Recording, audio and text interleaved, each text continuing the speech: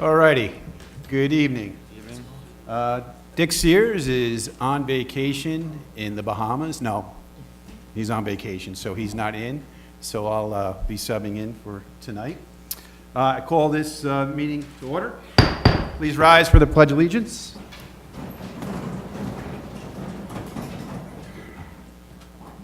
Pledge allegiance to the flag of the United States of America and to the republic for which it stands, one nation, under God, indivisible, with liberty and justice for all.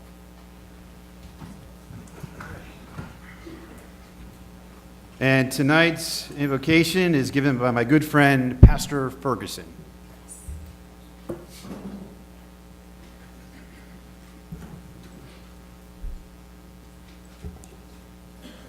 Good evening.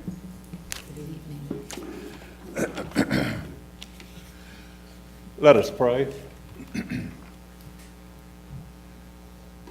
Almighty and everlasting God, you have been our dwelling place in all generations, from everlasting to everlasting. You have given to us life and the opportunity to serve you and others in love. We now bless your holy name for your graces and gifts to us, and for mercies unnamed.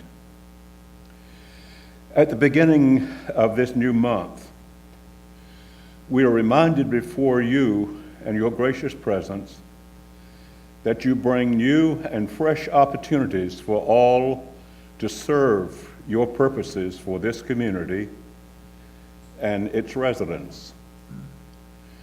Bring healing and unity where division and discord dwells within our world, within our nation, and within our community.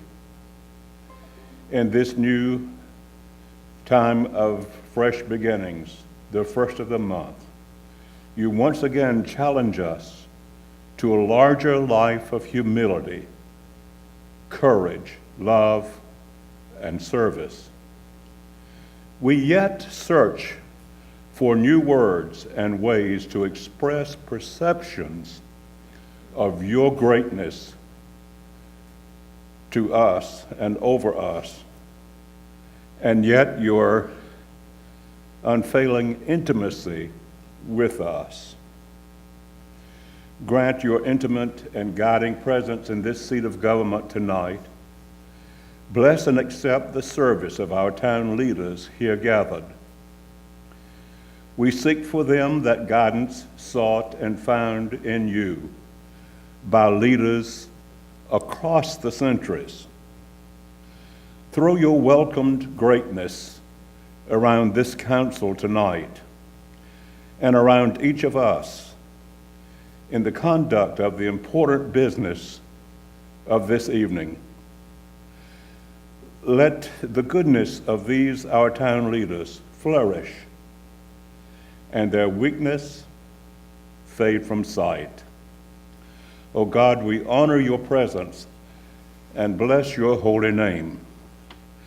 And now grant, O Lord, that in accordance with your will, that we may live our lives in such a way that when we die, the minister or priest won't have to lie. Amen. Thank you, Pastor. Thank you. And congratulations on your granddaughter's wedding this past weekend. Thank you. Awesome. Good stuff. Agenda item 4, adjustment approval of August 7th, 2018 meeting agenda. Motion to adopt the August 7th, 2018 meeting agenda with the following changes. Remove from new business item 11D, bicycle safety road improvements. Second. Motion made and second. All in favor? Aye. Motion passes unanimous. Thank you. Okay, public comment. Gerald Holloman.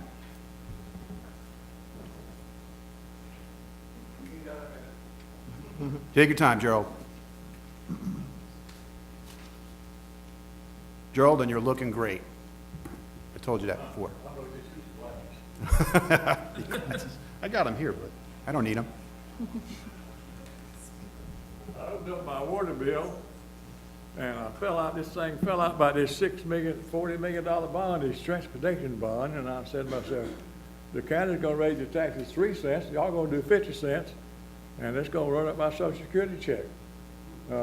So I'm really concerned about, well, I looked at this $16 million, improvements to Holly Springs Road and southbound lane on NC 55. Is that 55 bypass? Yes, sir. I thought that was a state road. They paid for it. And that's when I wondered why the towns had to put a lane on it if it belongs to the state. Because when I was here, we got that funded. It was all funded by state and federal money. So unless that's changed, somebody help me out here. That's what I understood. But maybe I missed a beat somewhere. But I would check into that. And I looked down at the planned roads, and we're gonna have a toll roads fixing to get started. I think that Sunset Lake Road is gonna be a key for Fuquay to get to the toll road. And I wish you would have a joint meeting with 2 boards, sit down and talk about funding the next several years, Sunset Lake Road all the way to tie into 540. Because that's gonna be crucial for all this traffic coming through here now. It may relieve some traffic over here. So if you start now, you may get it done in 4 years, time to get the bypass finished. But that's the thing I was concerned about. And the county's gonna raise taxes 3 cents, so I'm told. So I'm looking at 8 cents. Maybe you can put this off for another year. Because this looks like some of this thing can be done. And prepare yourself to move the traffic from Fuquay on the south, on the east side of town, rather than around town. 60% of the cars that go down the bypass are not paying taxes here, like we are.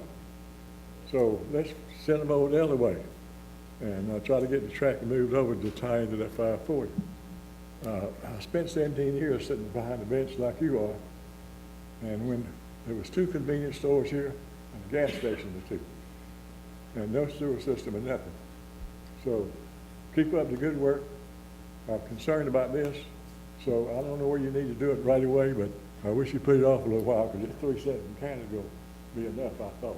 Yeah, there's going to be more information on this. We've got a group of residents, council, and staff that are going to provide additional information in the very short coming, so stay tuned. Well, you need all the help you get, and that's going to be a tough job. Yep. Yep. Thank you, Gerald. Thank you, Gerald. Good to see you. Okay, next person for public comment is Anya McGurk. And if you could state your name and address, I appreciate that.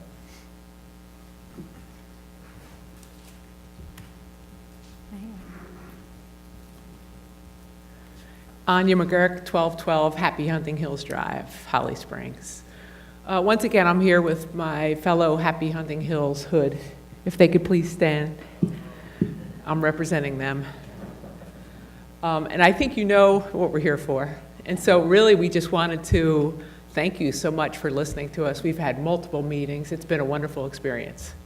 So we wanted to thank you guys in the planning department for meeting with us. It's been very good. Great. Thank you. Thank you. Thank you. Thank you. Okay, next up is Graydon Armsworthy. And if you could state your name and address, appreciate that. Hi, I'm Graydon Armsworthy. I live in Morgan Park, 1120 Trotter Bluffs Drive. I moved to Morgan Park about a couple years ago. I spoke to you guys about 9 months ago about the odor problem in our neighborhood. I'm here with my neighbor, Dr. Tolentino. He's over there. And he has a newborn about 2 months ago. So, so I understand Sean's going to be giving a presentation later on this evening for possible major upgrades to the plant to solve the problem once and for all. And I'm here just to implore you, please do it. We really need it. I mean, you could solve the problem once and for all. We could be done. So I'm not sure what your plan is, but Yeah, I've been following this plan for a while. I mean, following the whole treatment for a while, and Evoqua helped, but did not solve the problem. The scrubber was a Band-Aid that did not execute as promised. But this, from my understanding, is the ultimate solution to cover the entire headworks and just capture all the smell, and then we can enjoy the Greenway. So the Greenway is open now, and it's great, it's beautiful, except when you ride down it and get the green air. But anyway, I enjoyed mountain biking through the woods there, but I am concerned for my health, breathing the hydrogen sulfide. Little known fact here, hydrogen sulfide is used in chemical weapons and warfare in higher concentration, obviously, but that's stuff we're breathing, you know, so I'm hiking through the woods there. So anyway, I just implore you to please push this through tonight and get the real deal started. So thanks a lot. Thanks for what you do. Thank you. Thank you very much. And thanks to your community there reaching out to us and, you know, addressing that we have an issue there. So I appreciate that. All right. Agenda item 6A, presentation of the Mayor Proclamation Designation Farmers Market Week. Ms. Gina Clapp. Good evening. So I'm here on behalf of Jessica Steigels, the town's farmers market coordinator. She was unable to be here tonight. And so as Jessica always says, I love my job. So she thinks she has the best job in the world, and we think she does an awesome job doing her job. So this is National Farmers Market Week across the country. And so with that, we have been doing a Customer Appreciation Day to celebrate National Farmers Market Week for several years now. And part of the reason that we are celebrating National Farmers Market Week is the town of Holly Springs since 2011 has been North Carolina's favorite farmers market in the American Farmland Trust Annual Farmers Market celebration. A couple years ago, they changed the format, and they now have patrons voting on several different items: People's Choice, Focus on Farmers, Healthy Food for All, Pillar of the Community, and Champion for the Environment. And as you can see, the last 2 years, this was last year's results, we've been #1 in North Carolina in all facets, and we also rank in the top 10 in the country as well. And so we are always very excited about the support that we get for the farmers market from our patrons. And our patrons are not just Holly Springs residents. We have a lot from Fuquay and Apex and Cary that visit us every week. And so the farmers market is operated and managed by the Department of Planning and Zoning, and we get a lot of help from many different departments. Public Works is out there every Saturday to help us set up and take down. They also provide facilities and other things for us. The Department of Public Affairs and Communications assists us regularly with social media, videos, press releases, helps us on our webpage, general maintenance, work with the farmers market. Finance does a lot with accounts payable, our police and fire out there for many special events, so we are grateful to Supply. This is their 5th year as our Blue Ribbon sponsor. That's a $5,000 annual sponsorship, so we're very grateful for the support that they are giving us. And Ting is our Beats and Jam sponsor this year, which affords us the ability to pay musicians so we get higher quality entertainment each Saturday at the market. And National Farmers Market Week is August 5th through 11th, and we have a proclamation this evening from the mayor calling this week Holly Springs Farmers Market Week. Yep, so we actually have the proclamation here, and due to the fact that Dick's not here, congratulations. Thank you. Outstanding. It's a team effort throughout all the staff, police and fire, and I congratulate you on this. Yep.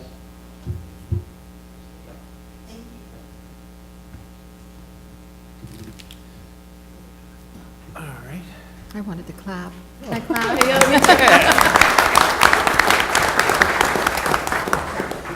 Great job.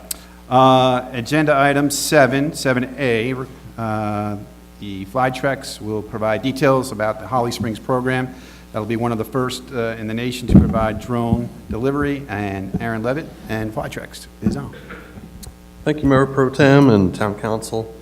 At our last council meeting, I presented an overview of the town's past and present use of drones and also its involvement in the FAA's drone pilot program. The FAA pilot program aims to safely incorporate drones into the national airspace in an incremental crawl, walk, run approach over the next 2.5 years so that our country can begin to take advantage of this new frontier. This new low-altitude airspace is being analyzed and tested by NASA and the FAA and promises to be an integral part in the future of transportation. The state of North Carolina is proud of its aviation history. It has only been 115 years since that first flight at Kitty Hawk, and look how far we have come since then. The state's Division of Aviation plans to continue this heritage as aviation pioneers. This new low-altitude airspace aims to transform our current ground-based transportation system into a resource-efficient, three-dimensional network of ground and air-based vehicles. Flytrex, the company that we are hosting to provide package delivery drones, is here tonight and will be presenting shortly on the details of their proposed operation. But I wanted to take a step back before we dive into the details of drone package delivery in Holly Springs and offer some perspective on this exciting endeavor. The nation and the world are in the middle of a transportation revolution. Technology has advanced to a point where autonomy, connected vehicles, and aerospace engineering are combining to form the next generation of transportation. In order to move forward, it is a good idea to look and see where we came from. The country has successfully navigated a transportation revolution before, namely the transition from horse and buggies to motorized vehicles. As you can imagine, the transition from horses to motor vehicles had its own challenges and solutions. Motor vehicles were large, loud, fast, and scary. If you were unfamiliar with the new technology, people were concerned about these mysterious new machines. Excuse me. During the late 19th century, so-called red flag laws were enacted that would aid in the transition. These red flag laws required motorists piloting horseless carriages to be led by a pedestrian carrying a red flag or lantern warning people about the vehicle's approach. This limited a motor vehicle to speeds no greater than a person could walk and required at least a two-man team to operate a motor vehicle. Thank you. Allergies this season. Okay. Now imagine that trying to create or run a successful trucking company with these kinds of restrictions and inefficiencies. Imagine the frustration of not being able to drive your vehicle faster than a person could walk. Today, the drone industry is operating under similar restrictions to the red flag laws. Don't get me wrong, these laws are not intended to hold back the industry or slow progress, but are actually necessary to successfully transition from one technology to another. Technologies rarely exist in isolation. Even today, there are few remote locations in America where mail is still delivered by horse. Like the red flag laws from the 1890s transformed into more sensible regulations, today's drone regulations will be changing, thus allowing us to take advantage of these new technologies. The FAA pilot program and Holly Springs' involvement on the NCDOT team is one of the initial steps in the journey to create the future of transportation.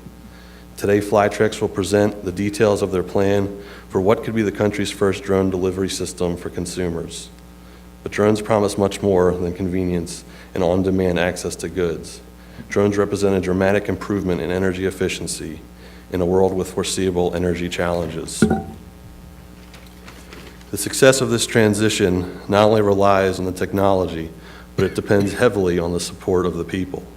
The FAA has highlighted citizen education and outreach as a priority of the program. Public meetings, demonstrations, and other campaigns are in the weeks to come. NCDOT and FAA are holding a public meeting at the end of the month in Raleigh, and will follow up with additional meeting in Holly Springs to discuss the program. Once details are available, we will share with the community. But tonight we are here to have Flytrex go over some of the details of their planned operations, and with that, I'd like to introduce Mr. Wes Shover with Flytrex.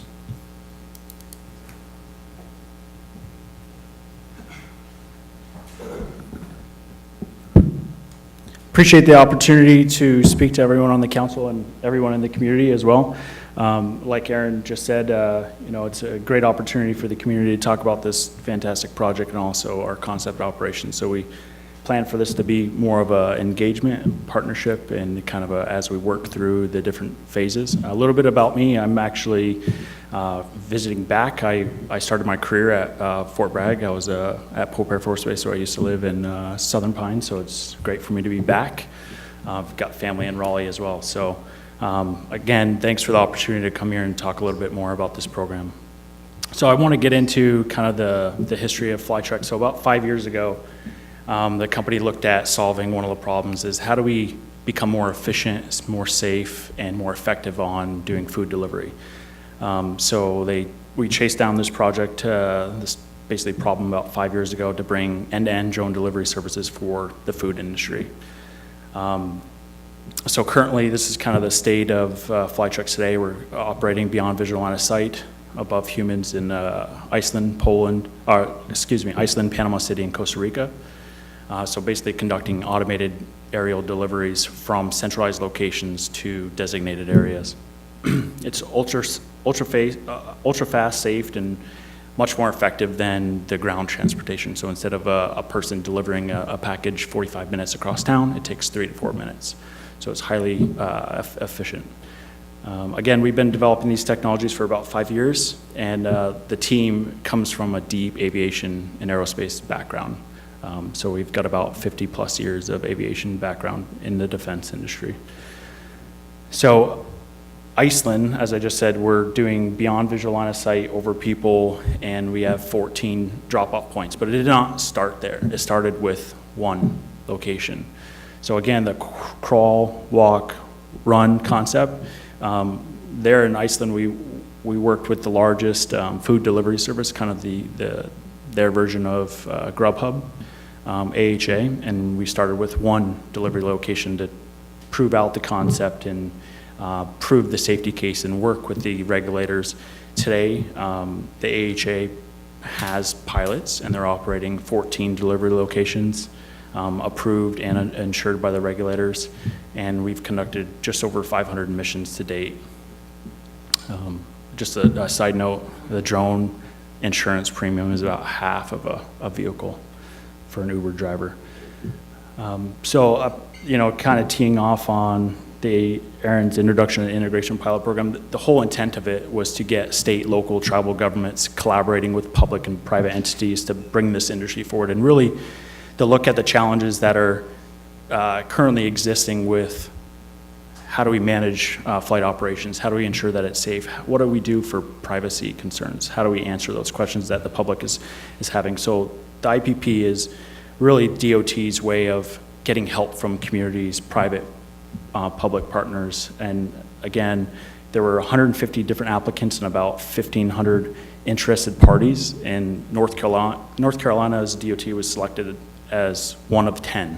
So it should be celebrated that North Carolina was looked at as one of the leaders to really bring this to the next level and help the regulators figure out which use cases are safe, what types of policy should be enacted and changed. That way the technology can kind of move forward. So what we're looking to do in the integration pilot program with the Department of Transportation here in Holly Springs is, again, start very, very small. So we're looking currently at just doing 1 to 2 delivery locations from a centralized, basically a takeoff, a shopping center. So we're working with a couple of partners already here in Holly Springs, and our goal is to pick 2 or 3 flight routes, 1 or 2 different drop-off points, and get them approved from the regulators, the FAA, and also the community to ensure that, A, we're not flying over people, we're not flying beyond visual line of sight, and we're also not flying, at night, obviously. So we're trying to start with a very simple use case and work through the problems and the challenges of doing beyond visual line of sight. So ultimately, we're looking to plan flight routes that are going to avoid flying over houses, over people, and by using the open space, the woods, and then work with the North Carolina Department of Transportation and FAA to establish the safety parameters to make sure it's fully approved. So the safety approach, it's really, there's three fundamental layers. The drones that we're using are highly efficient industrial-grade drones with multiple redundancies. There's 6 rotors, 6 motors, 6 batteries, 3 GPS redundant communication. In addition to that, the airspace. So we're only going to be flying in pre-approved, surveyed flight routes and authorized flying zones. We're not going to deliver in people's backyards tomorrow. We're just trying to do a very caged use case in the initial stages. Additionally, there's a very robust pre-flight checklist that looks into weather and the system and making sure that it's all operational and safe. And then kind of the biggest thing is ensuring that we're maximizing the safety by not flying over large crowds of people, not flying into people's backyards, and flying in open spaces in the initial stages. So that's kind of what we're looking to do today is, find 1 or 2 delivery locations here in Holly Springs to really be the first in doing commercial delivery for food, but we want to start very small. So the local impact, right, today, drones can only fly 4 to 5 miles. So that enables us to utilize localized shopping centers and local businesses, bringing that business and increasing the capability for these businesses to reach additional consumers. So ultimately, the long goal is that small businesses can be able to reach more consumers in suburban areas. So instead of people having to travel across town to visit their favorite restaurant, they can order it and it can be to their house in 4 to 5 minutes. So it allows local small businesses to reach more customers.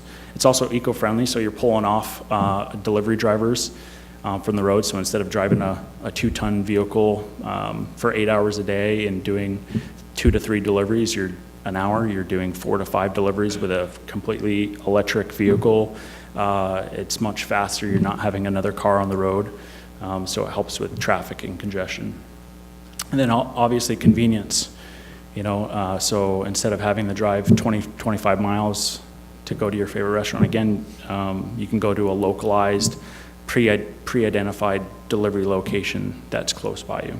So first phase, again, might not make sense in the beginning just to deliver within line of sight, but that's where we are with current regulations. We can't bring the drone outside our visual line of sight. But ultimately, we'd like to have strategic locations around town where people can travel to pick up their food in a more convenient location instead of traveling across town to the restaurants. I'd like to play a little video. This is in Iceland. It's actually customers that ordered, I believe, some sushi, and they're actually there from the UK, and it just gives a really good depiction of the delivery itself and the noise and kind of the excitement. And then I can field questions.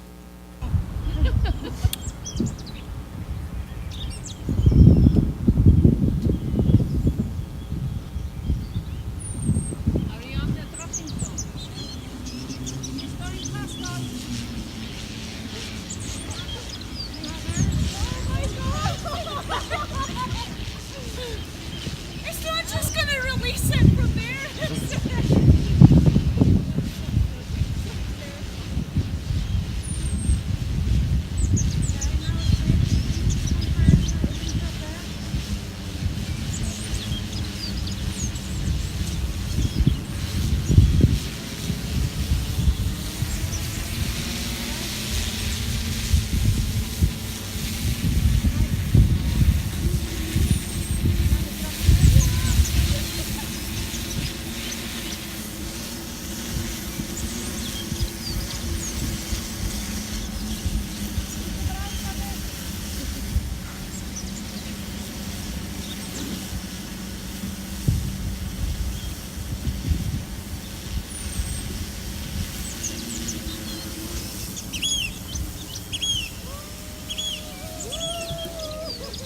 That is unbelievable, isn't it? How bizarre is that?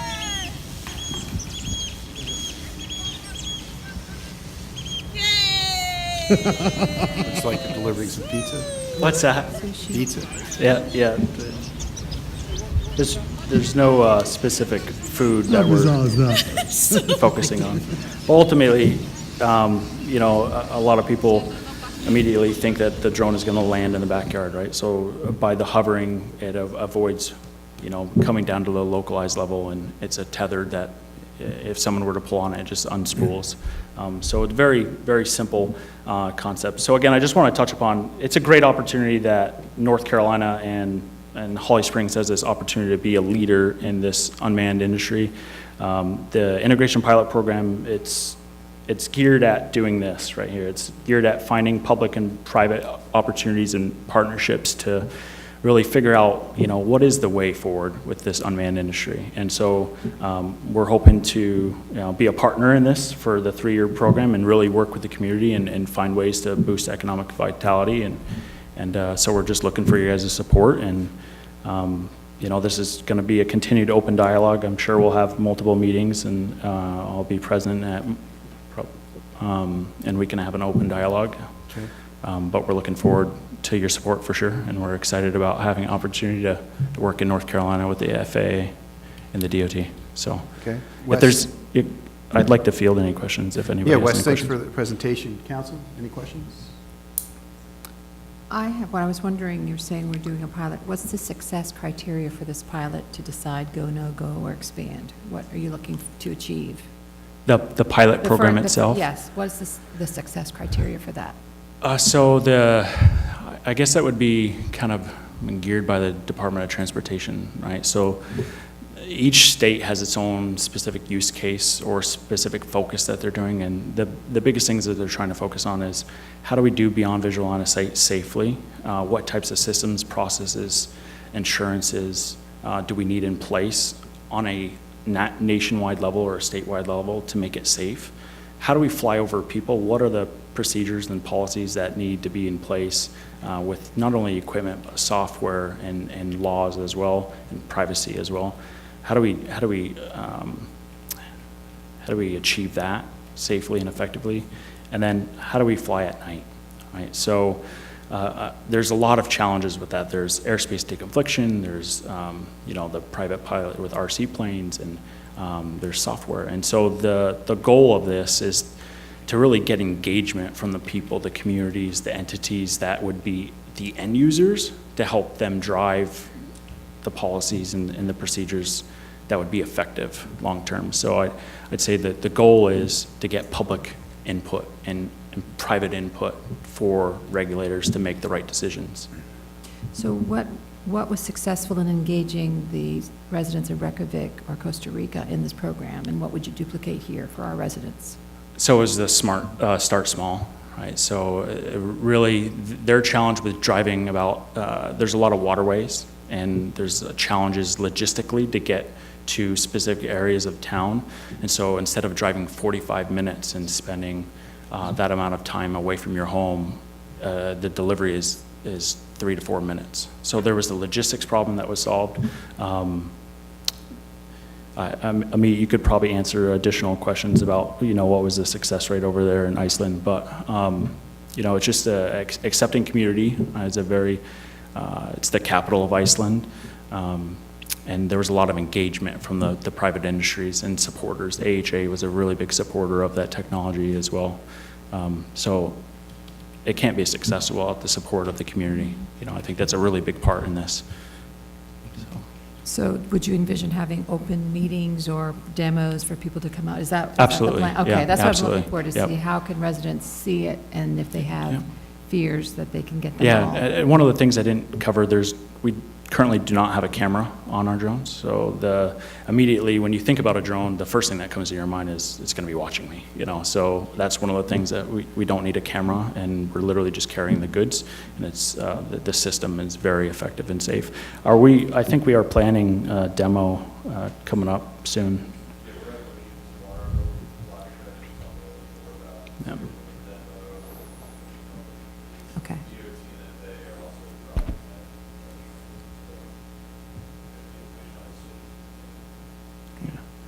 Very surprisingly, very quiet.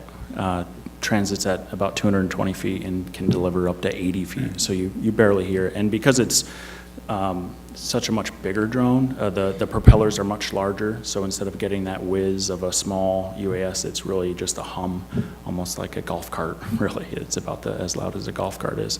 So you'd be very surprised at how quiet it is. And so. Anything in your business model going forward to deliver medications to residents? Yeah, there isn't really a limit on what we carry, you know, so we're discussing the different opportunities to use the technology for other good purposes, like medication and stuff like that. And then maybe down the road, I don't know, with police and fire, eventually putting a camera specifically to support police and fire departments. Is that something? That we would be involved in? No, yeah. So, I mean, there's a lot of companies out there that provide public safety consulting and operations support. There's a lot of different types of drones. I mean, I couldn't even tell you how many different types of drones there are out there, but it's not something that we would be focused on at the present time. Okay. Anything else? So after 3 years, where do you expect this program to be, and what will happen afterwards? The goal is commercialization. So after 3 years, hopefully the regulators, and we have assisted them with navigating how do you do this effectively, safely, and efficiently. And then it's a tool for businesses to use to reach their consumers. So ultimately, instead of buying a vehicle to transport your goods or hiring somebody part-time to drive the goods, now you have a vehicle that you could launch right from your storefront and fly multiple drones to multiple locations so you can reach more consumers. So ultimately, you know, but we'll see. It's a 3-year pilot program, and we'll see. Still public drop-off places, kind of like in Iceland.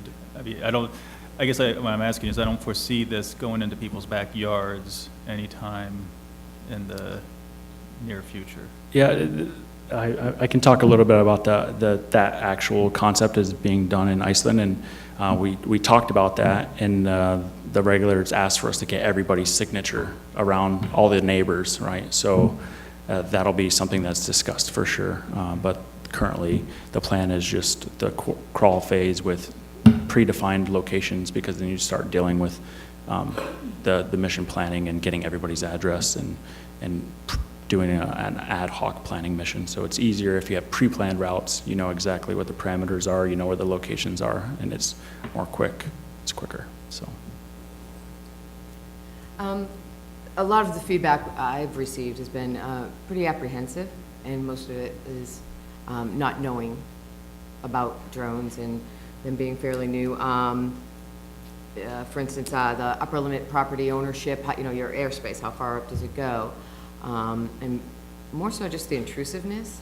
So I do ask that when you do start meeting with community, and the more you come to us, that as much information you can give on those things. Yeah, absolutely. I mean, I think we all know you can't photograph without permission, things like that, and some of that other stuff. But when there's really no restriction on airspace, unless you have a 500-foot building, that's what I think a lot of the concern comes in. Yeah, I think that's a nationwide concern. I mean, technically, none of us own the property above the ground, right? And so that's one of those things that everyone is looking at, is how do we manage that? Because now we have the opportunity to fly a vehicle over your property, you know.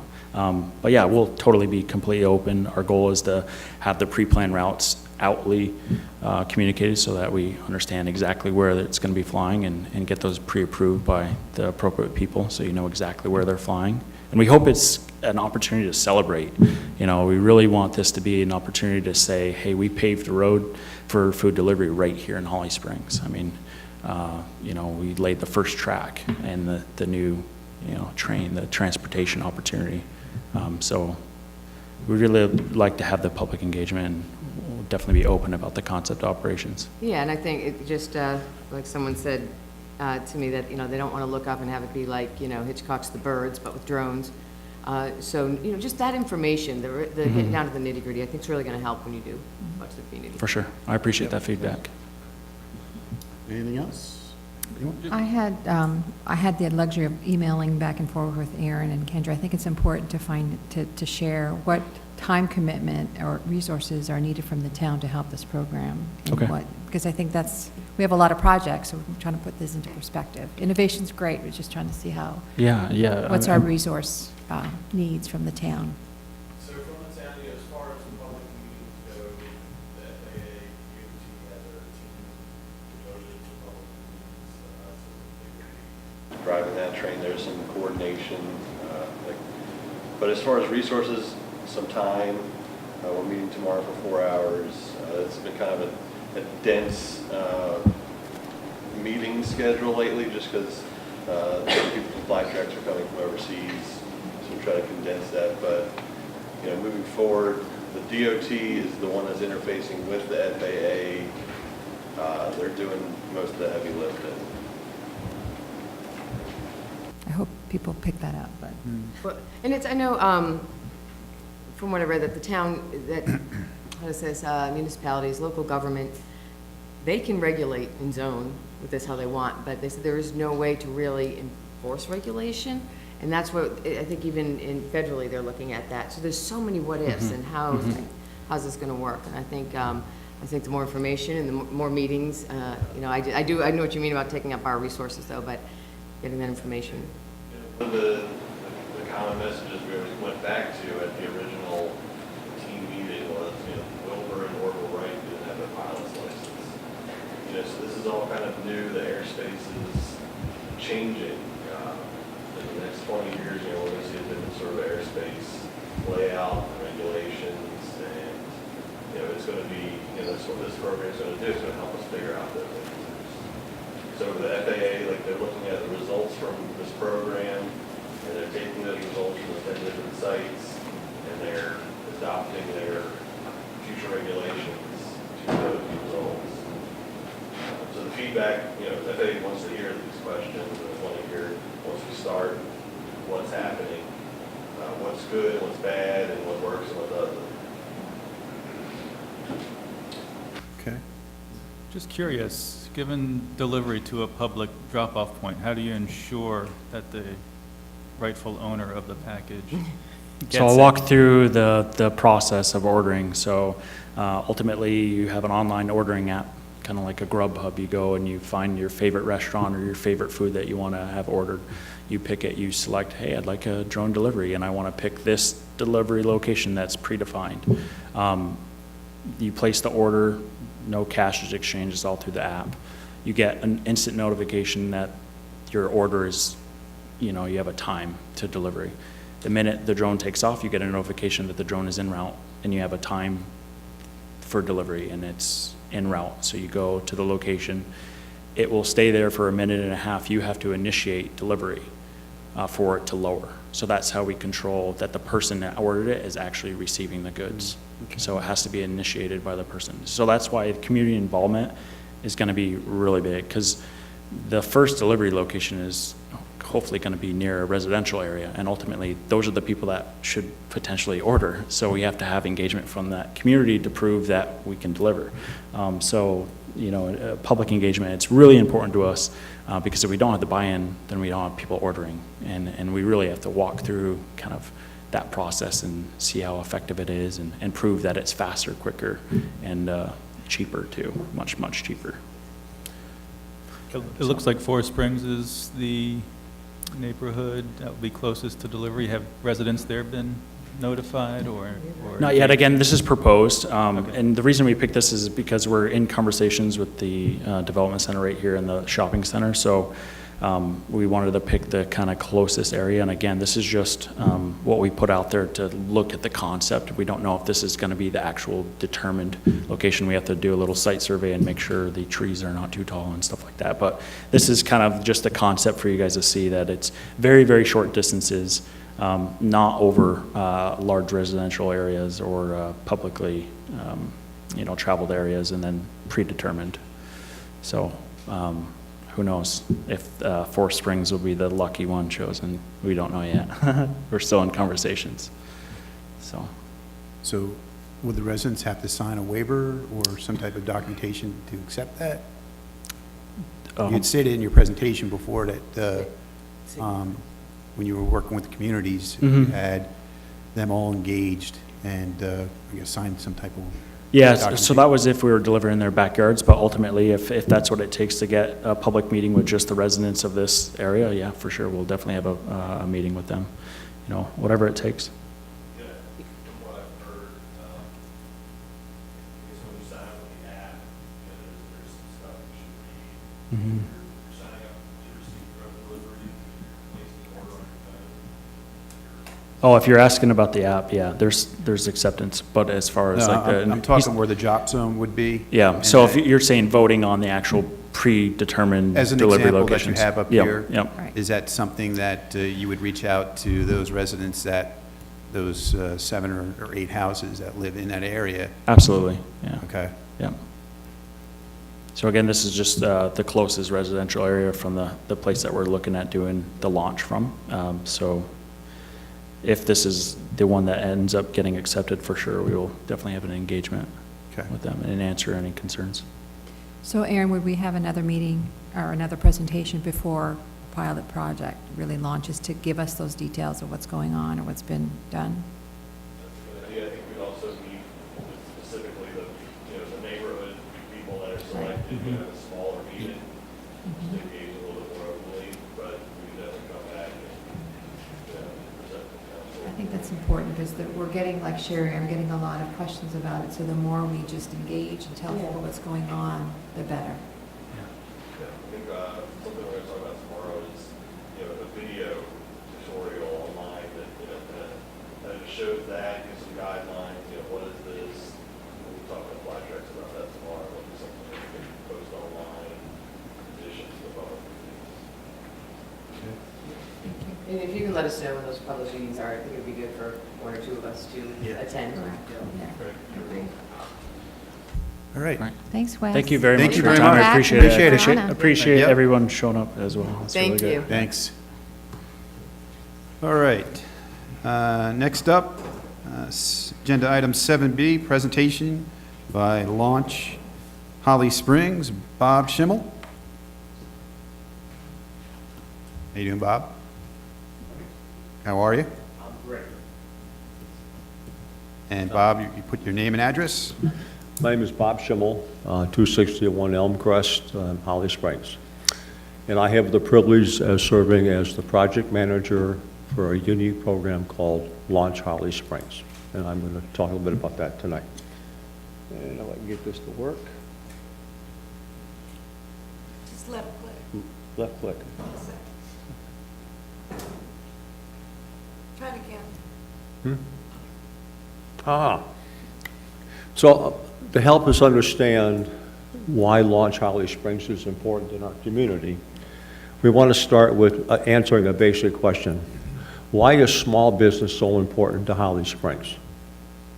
The answer is that in the nationwide, 50 to 70% of the jobs that are created in this country are created by small and medium businesses. To give you an idea of what's happening in Wake County, there's been over 11,000 new companies created from January 1st to the end of May this year. That's a lot of energy. There's a lot of things happening in this dynamic county we live in. Our town has been one of the leaders in that.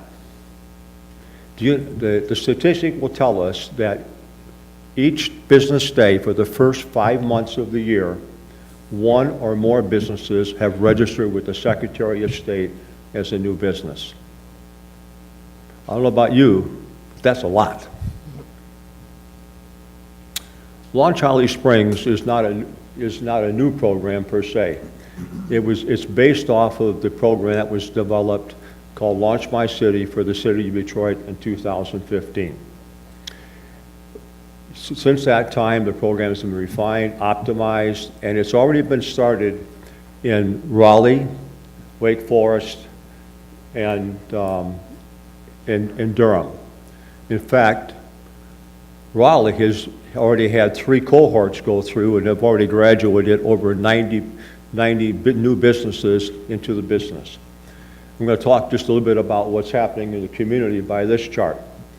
This chart shows Wake County, and each of the red dots shows where there's now an existing Launch My City program. Through the work of the Wake Tech Entrepreneur Initiatives Group, by the end of this year, each city in this county will have a Launch My City program underway. That's a lot of people working to make this program better. The part that's really exciting about this program is that we are pulling our community together. This chart looks at our ecosystem. It looks at the three components of what are really driving Holly Springs homegrown businesses. One, and I'll give credit to Irina, has been a real factor in helping us develop a website and promote our project. The Chamber of Commerce, under the new leadership, particularly for Christine, has been a real factor in helping us get the word out and promote it. And the Rotary Club has been the instrument and been the basic driver. Wake Tech plays a critical role in this through the Wells Fargo Center for Entrepreneurship. They are funding all of the training and facilitation that's being done for our classes. You also have a gem in this town called the Co-working Station. John Harrell and his group are just absolutely dynamite for creating new business. What's interesting is that we really started with looking at homegrown businesses. And what we have found, and I'm going to talk a little bit about where we are with our interviews in a minute, but we are finding that not only are we going to be a homegrown businesses, but a lot of these businesses are actually looking to take up an office, a resident, and actually, in addition to their business tax, will also be paying another form of taxes to Holly Springs, which is another win for you. Who are the businesses that come to work with us? We find there's three basic types. The first type is the business that has been in business for 1 or 2 years, and they're just kind of struggling. You know, they got it, they're moving, but they don't really know what the next step is and how they're going to get there. The second one is the company that's just been launched. Think about what's happening on Main Street with the group called Somewhere in Time, the new business that's going up there. There's a very high probability they'll be part of our program, all right? That's an example of a business that's actively being launched. And the third thing is people have an idea.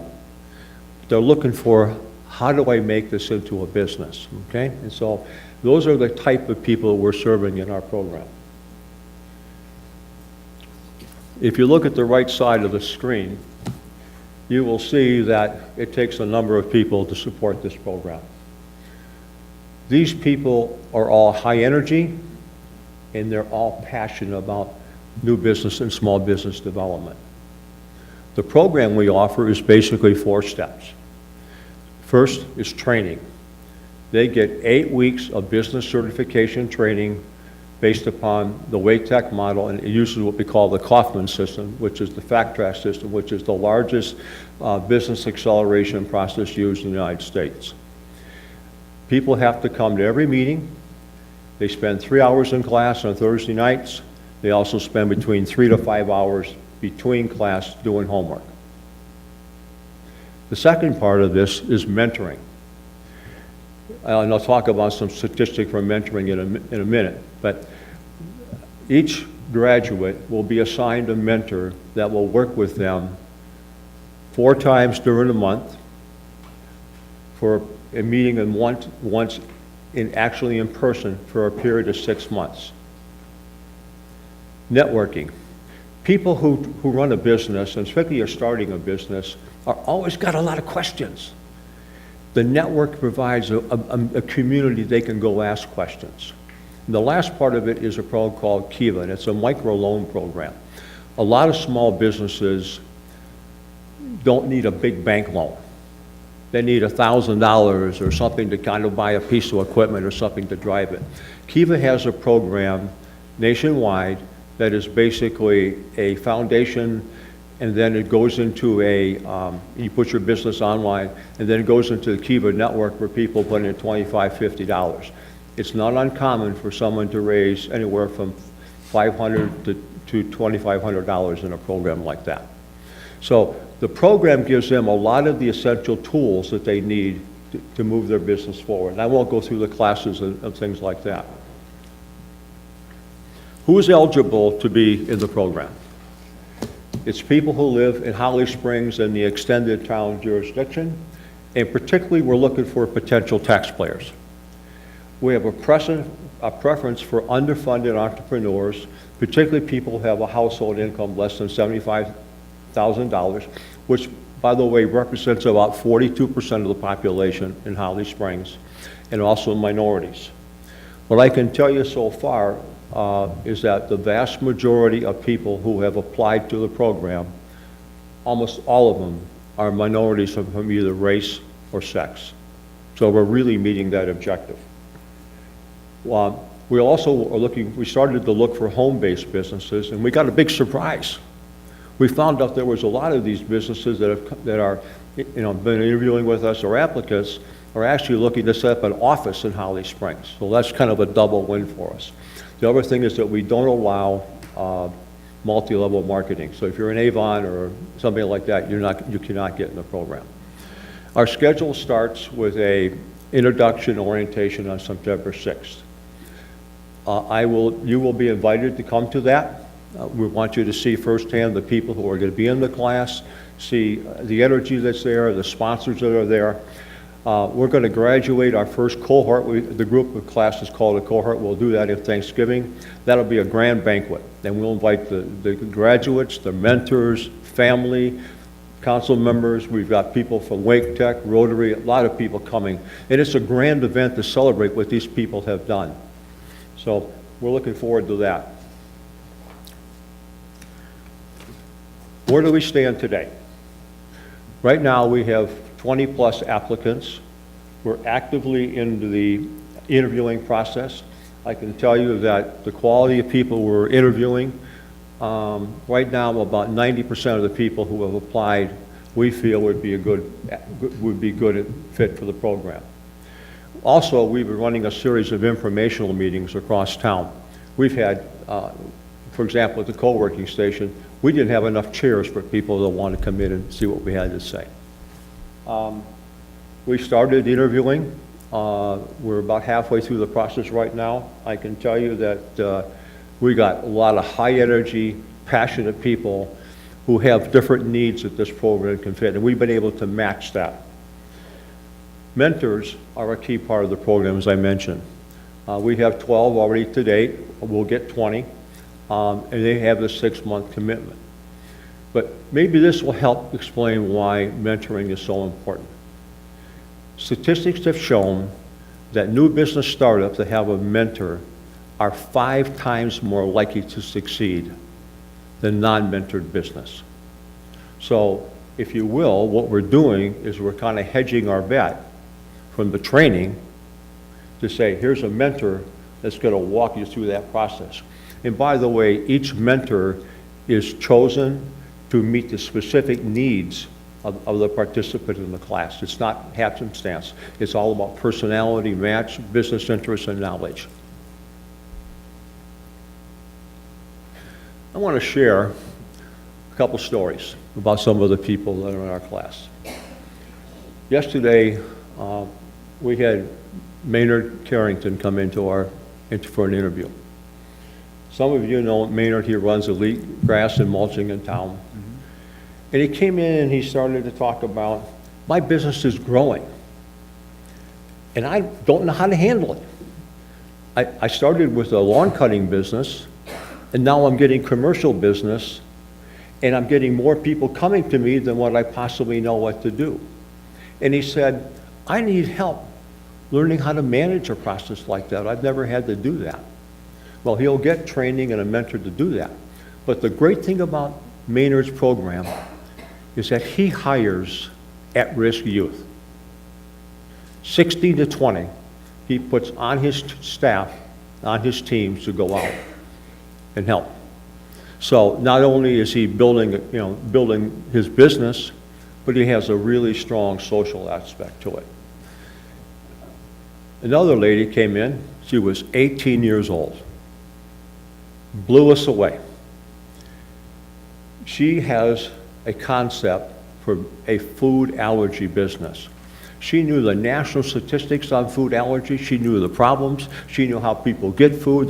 She knew the whole history of what you read on a package and what really is real. She has developed her marketing channels. She's got the whole program laid out. She just needs help on some website and some strategies to kind of put the whole package together. So here we are. Maynard is an older gentleman, and we got an 18-year-old. But they all have the same passion to grow a business. It's really fascinating. My last slide, I'm sorry, I have 2 more slides. Talk about how our program is funded. It started with our Rotary Club providing initial funding. We went and got a Rotary Foundation grant, which is, they use money for this. Arena and the Economic Development are giving us financial support. And also with the caveat that we continue to look for funding within the city, which we're doing. The Chamber of Commerce, through its Educational Foundation, has given us funding. And we have a large program underway now to get funding especially for our meals that we have. We have a pre-class meal where we bring in a speaker that matches the topic for the night. So our first class is going to be about entrepreneurial spirit. Who better than bring in John Harrell, who's done that in our town, right? So we bring them together and they bond together. I've got some funding gaps I'm still working on. We have a big graduation event. I'm still working to get that done. And I'm still looking for some more sponsorships for pre-class meals. But we're working on it and we're making good progress. The last slide is how you can help. First of all, I would like to ask you as members of our town council and its government to attend our introduction and graduation sessions.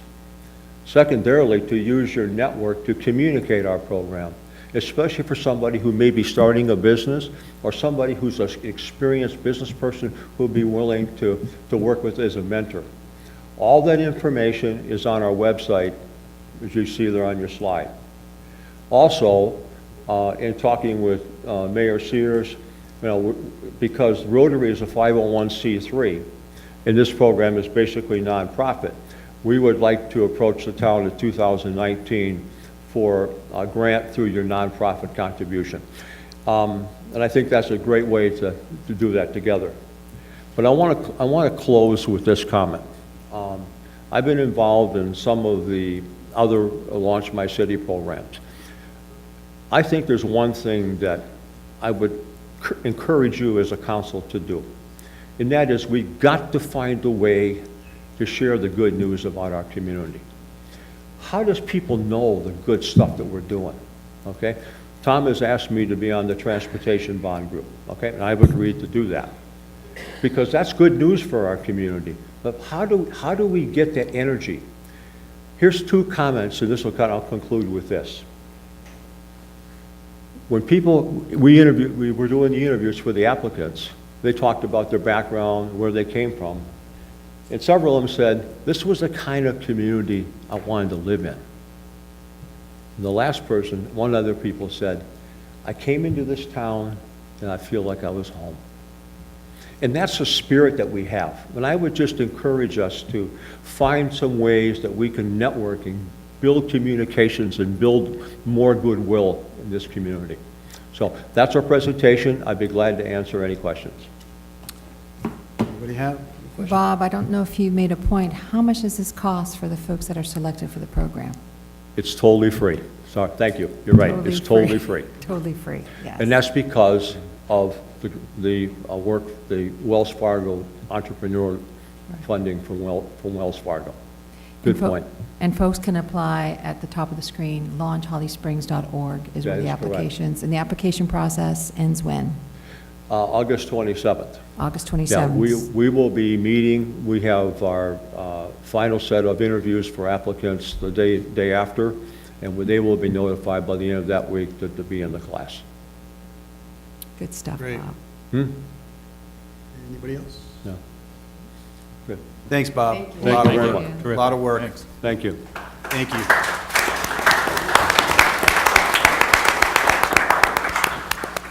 Okay, next up, public hearings, agenda item 8A, to continue receiving input on the 2018 transportation bond. That would be Tina Strupp? No?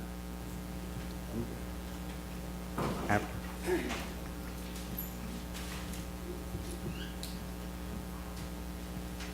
Good evening, council. Good evening. We're here tonight to actually continue the public hearing that was started at the July 17th meeting about the transportation bonds.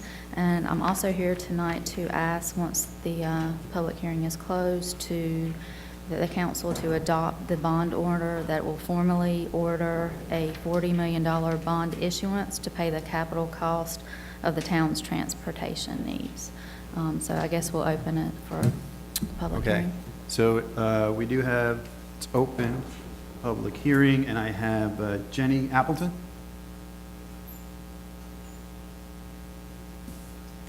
Jenny, you were here last time, right?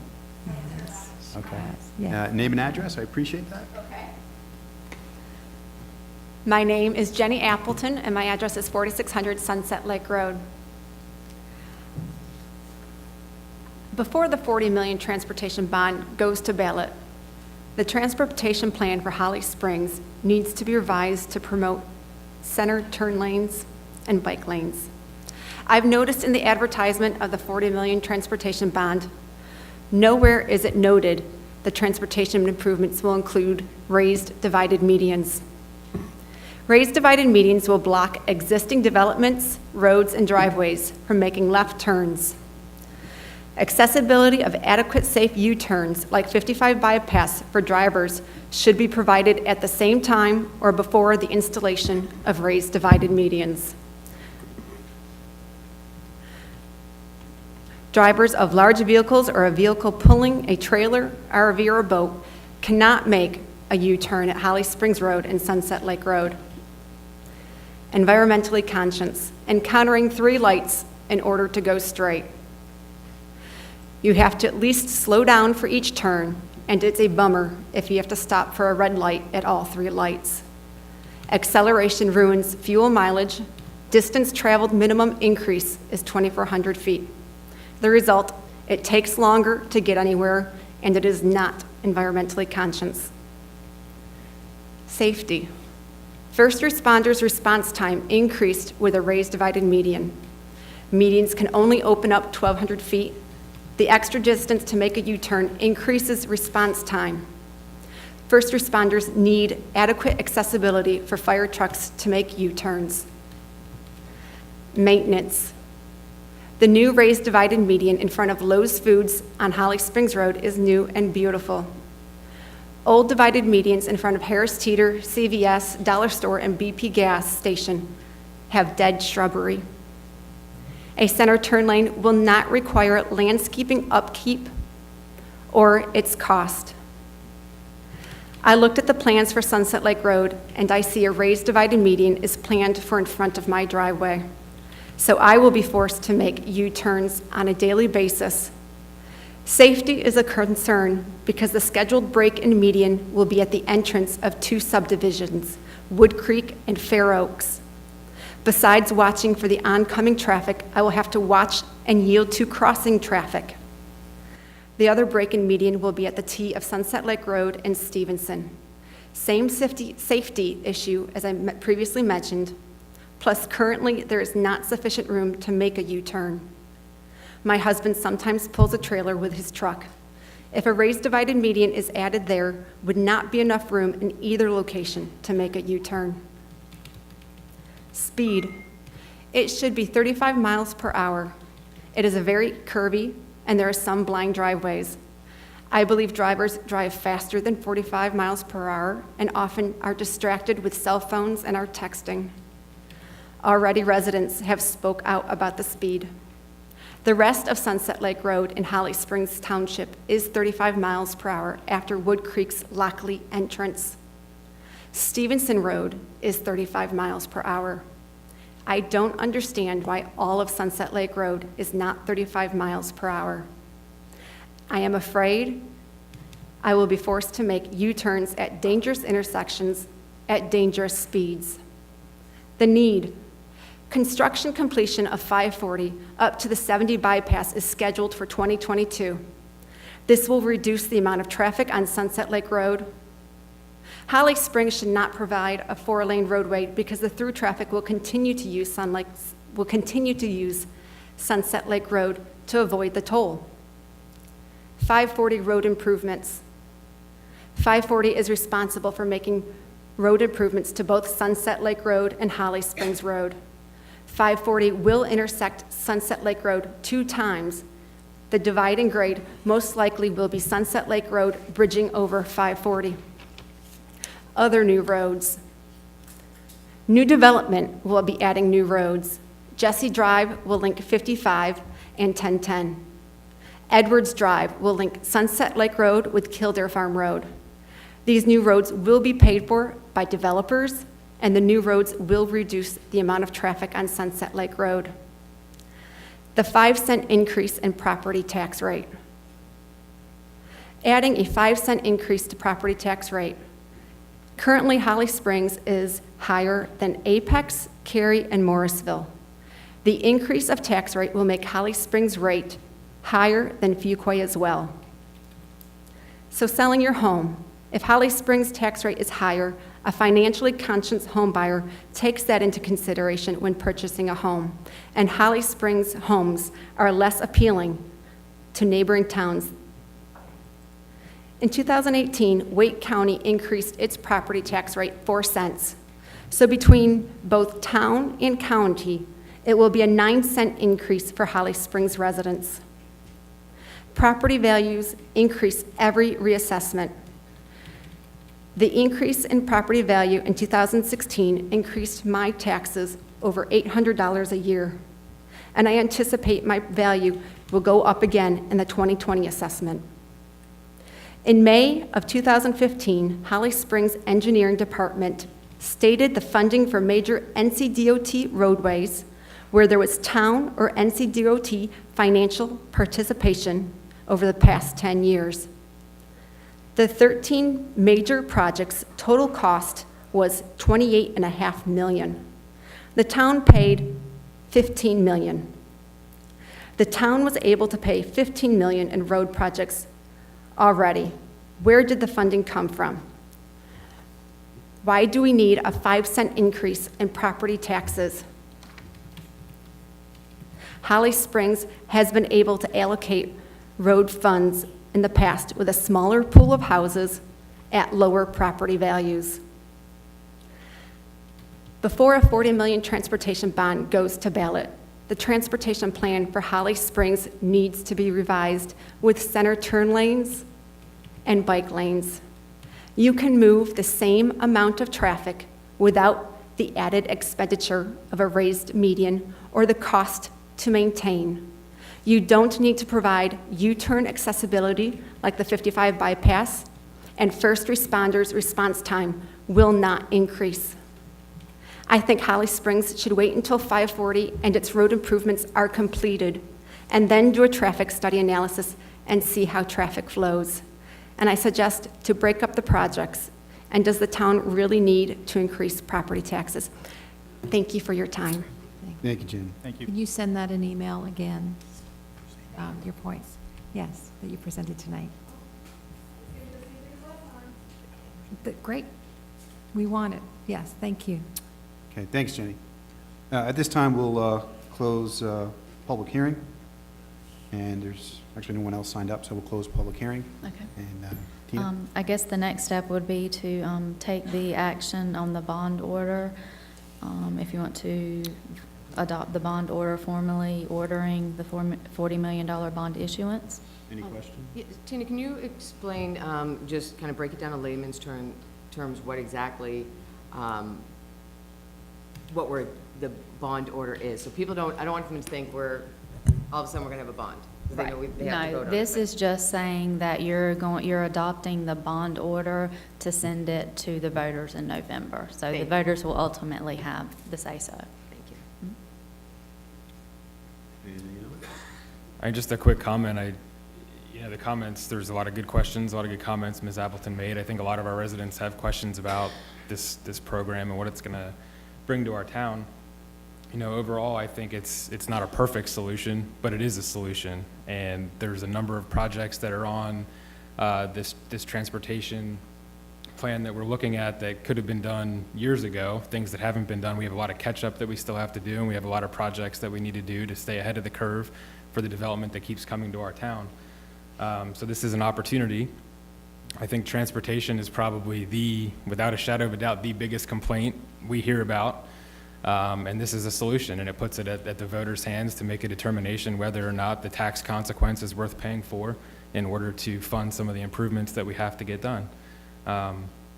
The choice is up to the voters. So, I think it's a solution. We'll put it out there and let the public decide how we should proceed.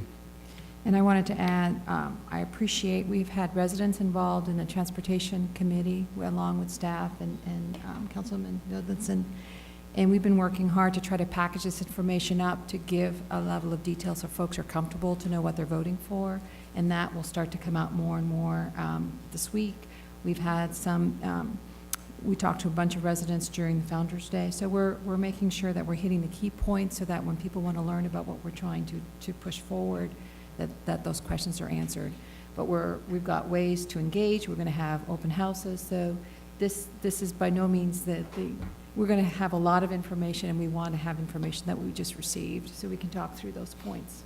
There's a lot out there and a lot of questions, as Ms. Appleton mentioned, about we've paid for it before without raising taxes, why can't we do it again? And a lot of those things do need to be answered. To me, right now, Holly Springs is a whole different dynamic now than we were a few years ago. And so there are a lot of changes, both with development that has paid for a lot of our infrastructure in the past. There's a lot of different changes. So we have to look at it in different ways. And this bond may be one of them. We'll see. So I just really encourage everybody to become very familiar. Please reach out to us with questions about it, anything you have, as Ms. Appleton has done by speaking tonight. I think that's awesome. Yes. And this transportation bond is for projects all over town. So take a look at it, especially if you're interested in your area, and let us know. Yep. Anything else? Like I said before, that a website will be launched in the near future. This week? And that'll provide additional information as well as the ability to ask questions via email.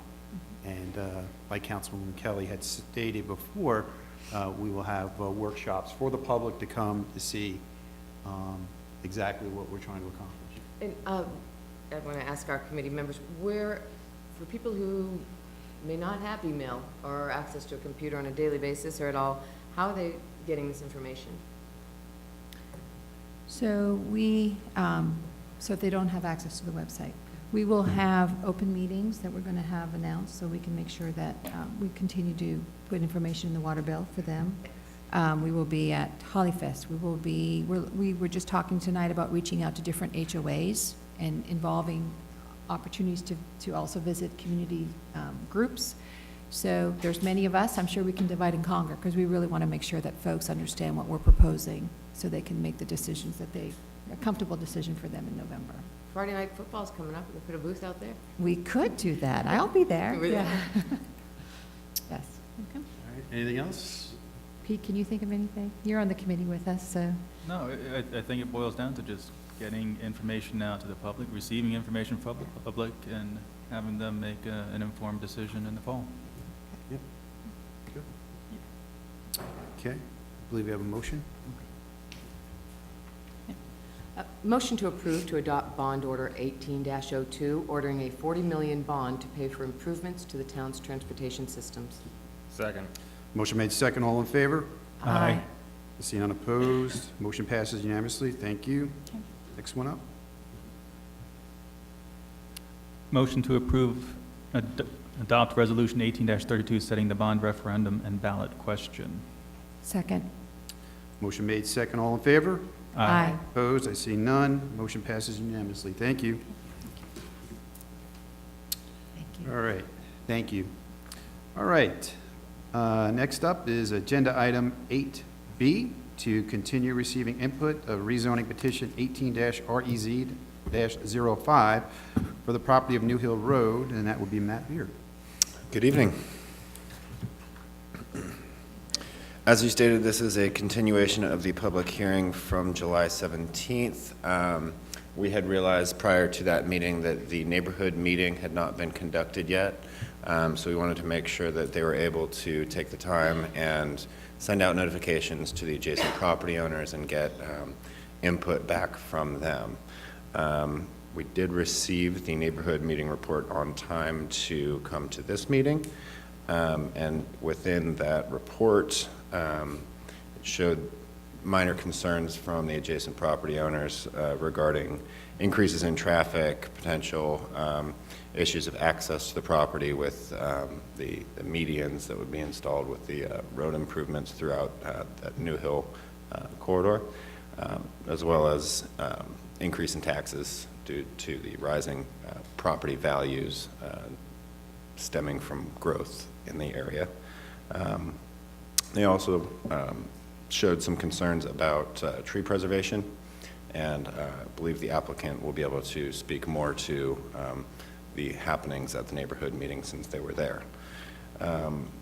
The petition is to modify the zoning of just under 3 acres of property on New Hill Road from R10 residential to BT conditional use. That is a business and technology.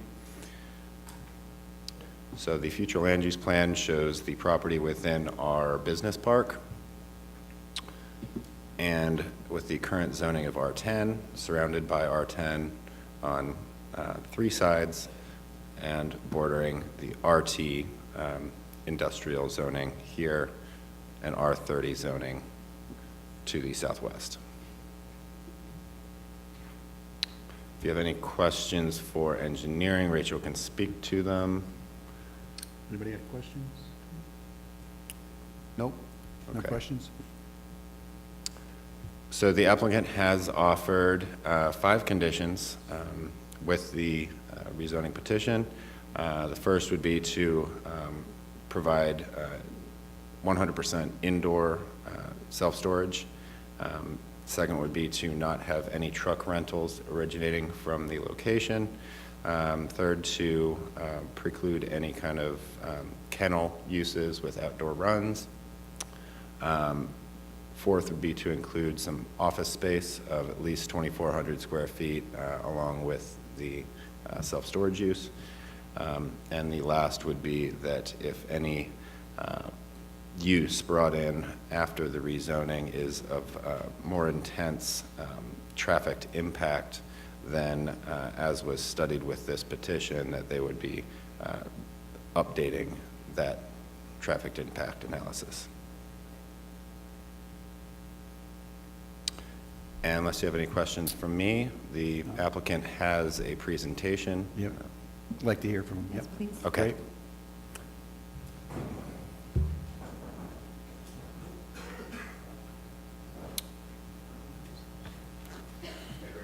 Okay, great. Name and address, please. Logan Jesse Burnett, 201 South Elliott Road, apartment 511, Chapel Hill, North Carolina. Great. Great to see all you guys again.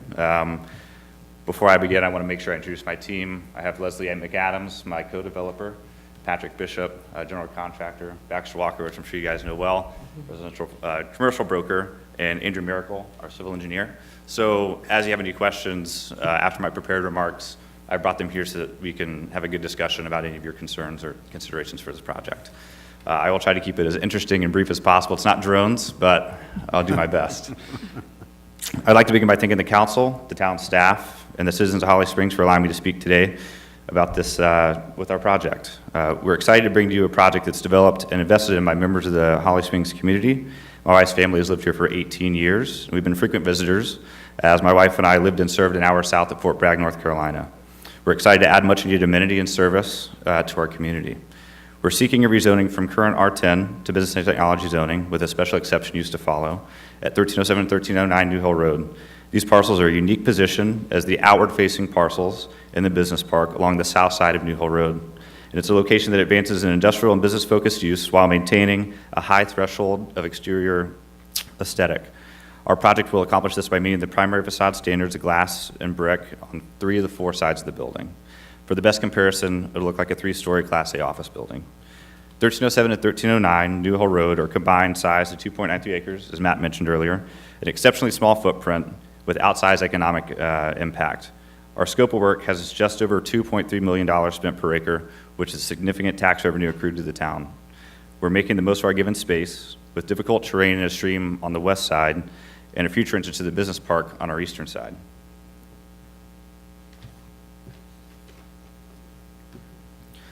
We'll be the first to participate in a significant economic development along the southern portion of New Hill Road, along the thoroughfare, paving the way for road expansion for a future 4-lane road and being the first to participate in a future sewer expansion along the northern corridor inside the business park, which has hindered growth along the southern side of New Hill Road. We're going to be making 2 existing town-maintained pump stations. We'll take those offline while adding flow capacity back into the existing sewer connection. In our neighborhood meeting 2 weeks ago, we received wholly positive feedback from nearby property owners, especially regarding our plan to abide by the new UDOs that encourage preservation of existing trees and native areas. Although our mandated preservation is 0% because we're an industrial application, we're targeting at least 20% in this regard to be undisturbed in the development, most of which is covered by mature hardwoods and pines. I know that many of these considerations and more will be taken into account further during our meetings as we pursue our special exception use. But I wanted to be sure that we share these aspects of the project with you as we see an enormously positive impact for the town, as well as our enthusiasm for working with you, the town council, as well as the town staff. At this time, I'd be happy to take any questions. Anybody have any questions? You had shared when we met with us about the office space in the middle. Can you talk a little bit about your vision for that? It's like a co-working office, right? Yeah, absolutely. So what we have in mind for that space is along the front facade. You can see it here. It's the top image, the elevations. We have 4 different entrances, and our vision for that is we think that there's a gap in the market. I could let Baxter speak to this very shortly, of people that are working in their homes and small businesses, kind of the point that Launch Holly Springs was speaking to about how people are growing economically, but they haven't quite reached that stage yet. So we'd like to assist between people that are growing businesses out of their homes or in other places before they have to go and take a full-scale flex space out in the business park, which there's already limited capacity for. So we think we're helping in that regard. But all these spaces are 600 square feet. So that's enough for a solo operator or a couple of people to have a conference room and a small office, but they also have direct access to the storage component of the facility behind them. And so we see them being able to grow and leverage their business through that extra space that is bolted on directly to their office. So it really helps people that either hold a lot of inventory, do blue collar trades in terms of contractors, which there's a lot of growth here in construction, agriculture, those types of applications. But I don't know, Baxter, do you have anything to speak to about demand? Baxter Walker with Colliers International at 702 Overland Road in Raleigh. Yeah, I'm actually particularly excited about this portion of the project because I see a lot of companies, they want to come in town, either flex space might be too big or they haven't assigned too long of a lease term, and it's a new business or whatever the case might be. This will give them the flexibility to, there be an incubator basically in the business park that would support that type of business that may not be the best fit for, say, co-working station or so where, in towns already. So that, along with being able to serve the residents in town with the other scope of the project, is what I'm seeing a need for. Thank you. So a startup landscaping company, a painting company, sounds like this would be a great fit because, they're starting up and they don't need the space that, a landscaping company would need to be at the point where they're spending X amount for storage. So that is a good business model for sure. A seasonal Christmas ornament store that could come in and one of the components to that, speaking to someone who's in that particular situation, is that the way that this parcel is designed is that it's front to back sloping. So the back side will have doors that open up directly to the driveway. So if someone is storing, a large lawnmower or something like that inside the unit, that it gives them an opportunity to do that instead of storing it at their home or in a parking lot somewhere. A good option, a good alternative.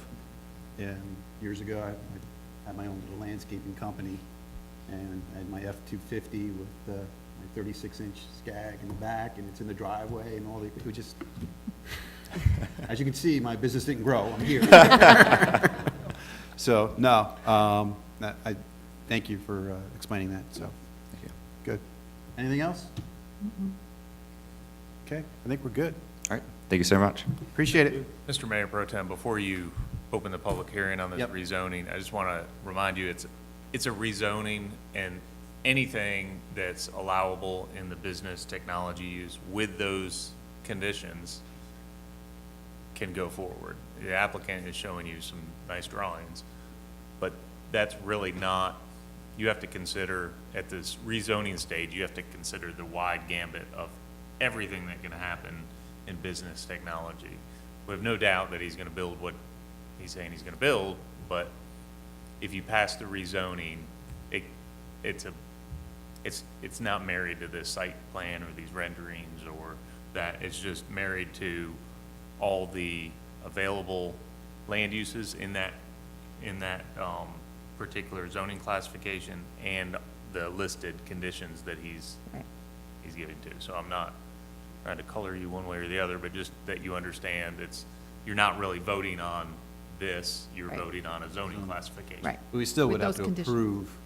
So then they would come back with a site plan approval. Yeah. In which case, the site plan approval, this decision right now is is completely yours to zone or not zone. When you get to site plan approval, you're pretty much a less discretionary decision. You're checking boxes to make sure that the site plan, as it's drawn up, meets the objective or the list of criteria in your zoning ordinance, in the development ordinance. So this one, at this stage right now, you're changing from residential to this business technology use, which you have full discretion to do or not do. Then when you get to the site plan, you have a good bit less discretion. But on business this. zoning with those 5 conditions, though. That's correct. Those are tied That's to correct. that. Those are this tied, particular that would plan. be tied to the rezoning, that's correct. Right. Okay. Probably want to hear from planning. Thank you, guys. Thank you. Appreciate it.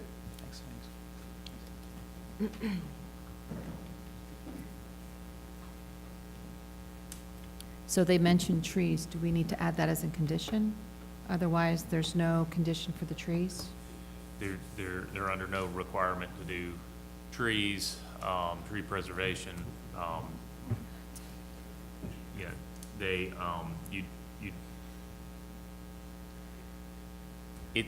The more conditions you add, the more difficult it is to comply lots of times.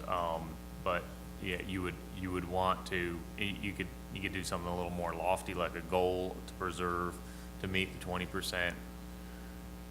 That you're giving it as a condition to meet the particular goal of the 20% tree preservation in the ordinance.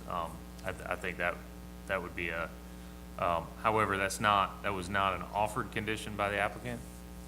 And you can really only consider it offered conditions. You can't twist their arm at this stage. But they brought it up. That's So correct. is that an So offer if they're that they're willing saying? if they're willing to formalize that into an offer, conditional use offer, then you can certainly ask them that. Do you want to ask her before I talk to her? Well, let's go to you first, and then we'll Okay. go back to them. I certainly wish we would have had Mr. Schifano at our meeting because we started down the same path and discussing this more as a development plan, which really it's a rezoning, so. Right. And that's where we refocused, talking about this. Is this compatible with the surrounding and projected usage the town has for that area? And the answer we came up with unanimously was 7-0, that it does meet the development future for this section of town. Yeah. With a concern for some buffering requirements, as you're all discussing as well. That was one of the concerns we had, just to make sure that since there are still some R10 properties designated there, even though that's not part of the future land use plan for that area, they're still there in the meantime until they get changed or rezoned down the road.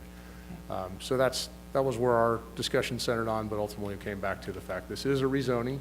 This project will come back through for special use exception, as they've talked about, both through the planning board and through the council. So we'll get another, bite at the apple here with, as Mr. Shabana already talked about, once it's rezoned, then those conditions are there, and as long as it meets those conditions, then it'll be there.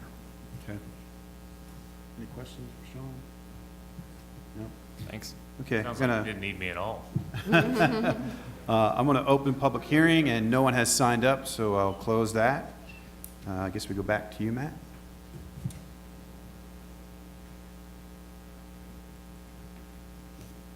Yeah, so just a couple of points of clarification. The industrial districts are not included in any of the tree preservation requirements right. that we've Right. adopted. So Understood. any kind of inclusion of those requirements as a condition, I think what we've done previously is having to kind of table it and come back to the next council meeting so that we have the opportunity to re-advertise if the petitioner is amenable to adding that as a condition. So if we wanted to have that conversation of, they meet commercial, or if they think they can get 20% residential tree preservation standards, then that's something we can do. But in terms of adding conditions, it's kind of a slippery slope, as I understand Well, it. it's a very technical question of the law, whether or not you've advertised 100% correctly if you start tacking on conditions now. So it would be under an abundance of caution to re-advertise. Right, we would have to But you might re-advertise. want to, I don't know if you could do a quick calculation as to what, if the required buffer would get to a level of tree preservation. I don't know if you could do that right now, if it's 6 of one, half a dozen of the other with the required buffer. Right. And so that can also just be done through staff review of their special exception use development plans that will be submitted following this. If they are to pursue that option and go for the self-storage use, like we said, they'll be coming back through for special exception use. And we can track that and say, all right, this is what the council has asked for. It's something that would be worth offering to meet that, that intent that you had in approving the rezoning, but I don't. Again, they offered it, so I'm just making sure that but it sounds Mhm. like that was extra, okay. And it's been part of the conversation in our concept meeting and Right. scoping meetings, that tree preservation was definitely on the table for us as a town going forward. So they were friendly to the idea of leaving what they could leave Okay. completely undisturbed. So I'm confident that they would follow through on that with the development plan, but without conditions, they don't necessarily have to. Okay. You know what the buffer is between BT and R10? What's the required buffer there? So the required buffer between the BT and the adjacent R10, C2, 25. So that is 20-foot minimum width, 225 plant unit value per 100 feet. If they use existing vegetation in that, they only have to get to 80% of that plant unit value requirement, but they would have to have tree surveys done. That area would essentially remain undisturbed. It would not be counted towards any tree preservation area that would otherwise be offered and to meet an ordinance. But again, it doesn't apply to industrial districts, so. Yeah, I think my point was there's probably adequate buffer in Right. the absence of a condition. There's still an adequate buffer requirement that would buffer the neighboring residential. Right. Okay. I'm good with that. Okay. All right. I believe we got 2 motions.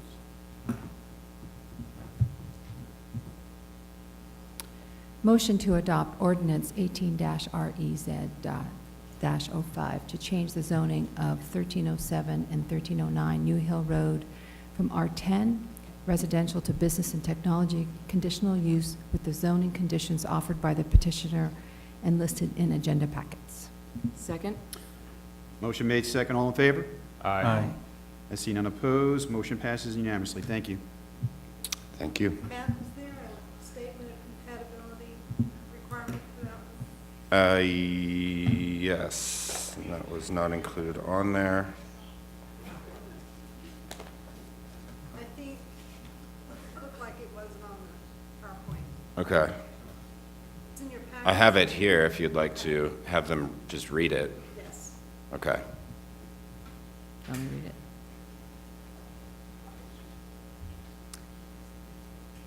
So we're adding the statement of compatibility to the motion?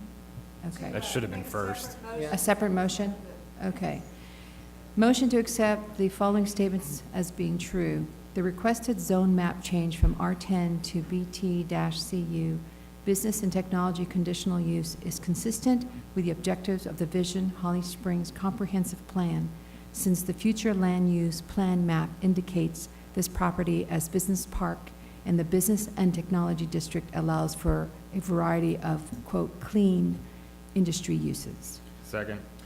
Motion made, second, all in favor? Aye. Opposed, see none, motion passes unanimously. Thank you. Next up. All right.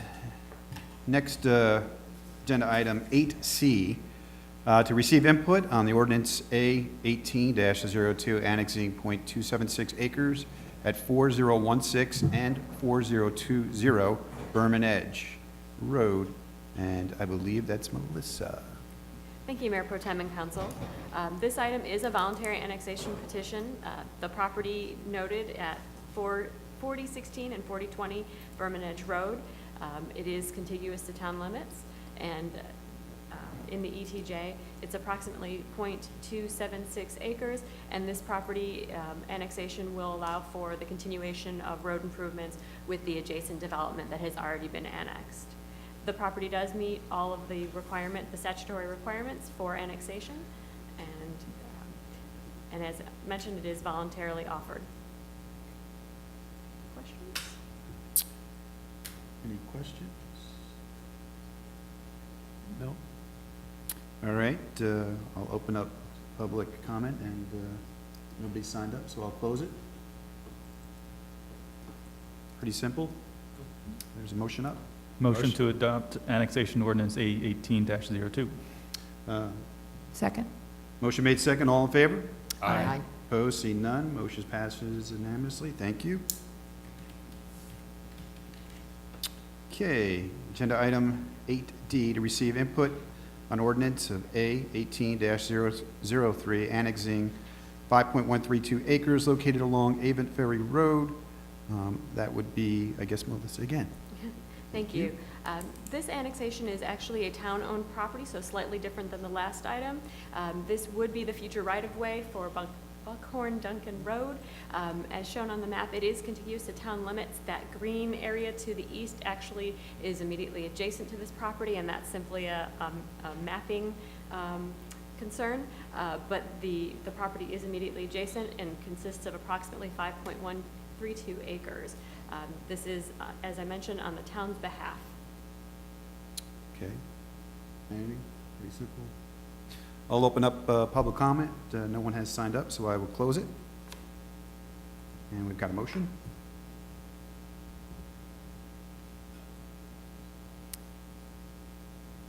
Accept public comment on annexation ordinance A 18-03. The next slide. Oh, it's next slide. Oh, is that the motion? There. Yeah, there. Motion to adopt annexation ordinance A 18-03. Second? Motion made, second, all in favor? Aye. Opposed, I see none. Motion passes unanimously. Thank you. Okay, agenda item 8E, to receive input on ordinance A 18-04, annexing .997 acres of property located along Bass Lake Road. Melissa. Thank you. So this is a privately owned property requesting voluntary annexation. It is adjacent to the ETJ along Bass Lake Road. The two lots are contiguous to town limits and consist of slightly under 1 acre at .997 acres, and they do meet all the statutory requirements for annexation. Questions? Pretty self. Okay, going to open up public comment. No one has signed up, so I will close it. We've got a motion. Motion to adopt annexation ordinance A18-04. Second. Motion made second. All in favor? Aye. See none opposed. Motion passes unanimously. Thank you very much. Okay. So next one up is agenda item 8F, to receive input on ordinance A18-07, annexing 13.02 acres of property located on South Main Street Extension. That would be Ms. Gina Clapp. Good evening, just changing things up on you. Thank you. So this also is a voluntary annexation petition on behalf of the town of Holly Springs.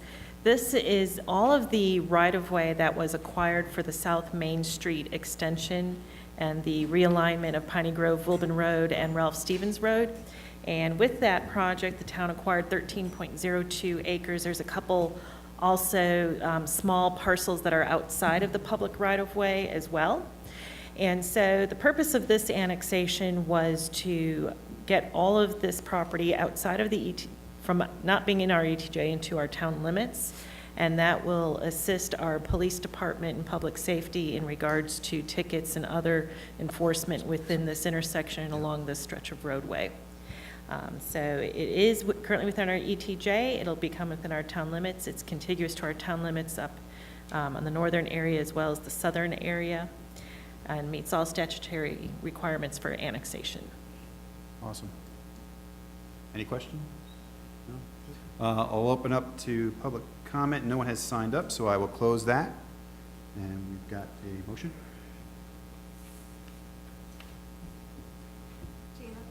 Oops, I did the same thing. Motion to adopt annexation ordinance 1807. Second. Motion made second. All in favor? Aye. Opposed? I see none. Motion passes unanimously. Thank you very much. So We skipped over 9. we skipped the consent agenda. So Thank you. I will make the motion to approve the consent agenda. Second. Motion made second. All in favor? Aye. Those opposed, I see none. Motion passes unanimously. Thank you very much. So we go to agenda item 10A, unfinished business. Consideration of comprehensive plan amendment 18-CPA 04 to modify section 1, future land use, and that would be Ms. Melissa again. Thank you, Mayor Pro Tem and Council.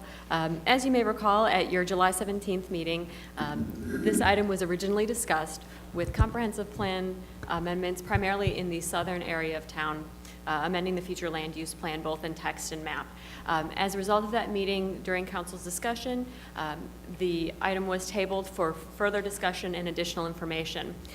So staff has provided some additional information based on the questions and feedback we received in order to provide Council with several additional options for consideration. Specifically, there was interest in having additional map options based on some of the public input received from property owners.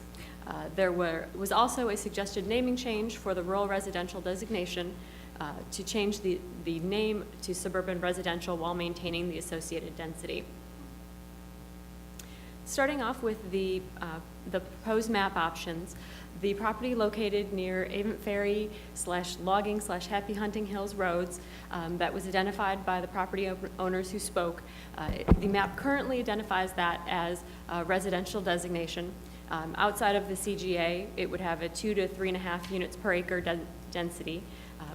Anything within the outer ring of the ACGA would be 3.25 to 4.5 units per acre. The map proposed originally at the July 17th meeting was for rural residential, which would change the density designation to 1 to 2.5 units per acre.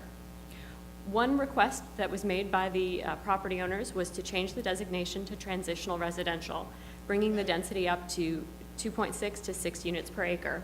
You can see the area request shown on the map there in the dotted line.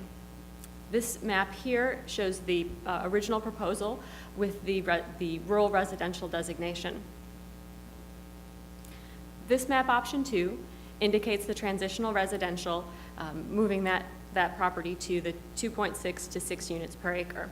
Just for context, you can see the areas surrounding it, other areas of transitional residential across Avon Ferry to the south and east, as well as to the north. So there are other properties of similar density designation currently. This gives a little bit more kind of the big picture view of that property in relation to the town as a whole. We've also provided an additional option requested by council member to provide an option of residential.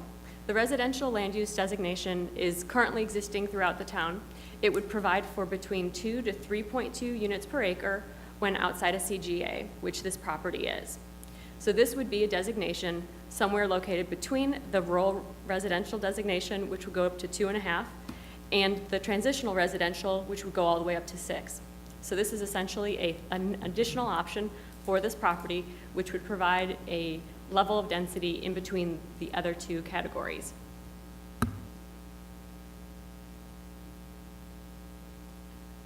And again, moving out, kind of zooming out in scale so that you can see that property in context as a whole. Right now, the residential category is proposed throughout the, essentially the north side of town. This land use change was to modify and remove the residential and change it to the rural residential category as a whole based on council's input. So this would essentially be reverting back to the existing land use map designation for this property. In addition, there was another property owner had a request for a modification to the proposed land use plan for property located south of Rex Road and north of the existing aggregate mining or mine property.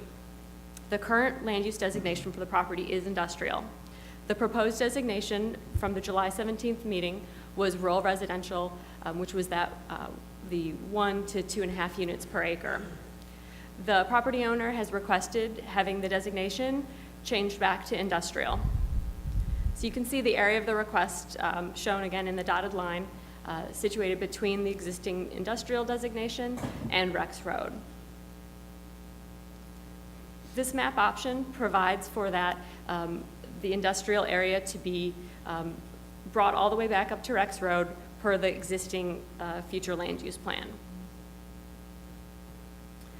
Kind of zooming back out in scale, you can see where the industrial area is located in relation to the town's other resources. Initially, the industrial designation was pulled back from this area due to the lack of expected infrastructure or resources that may be necessary for uses that are generally located in industrial areas. In addition to the two map changes, there was also a suggestion made to rename the rural residential category in the future land use plan, maintaining its density but having a new name of suburban residential.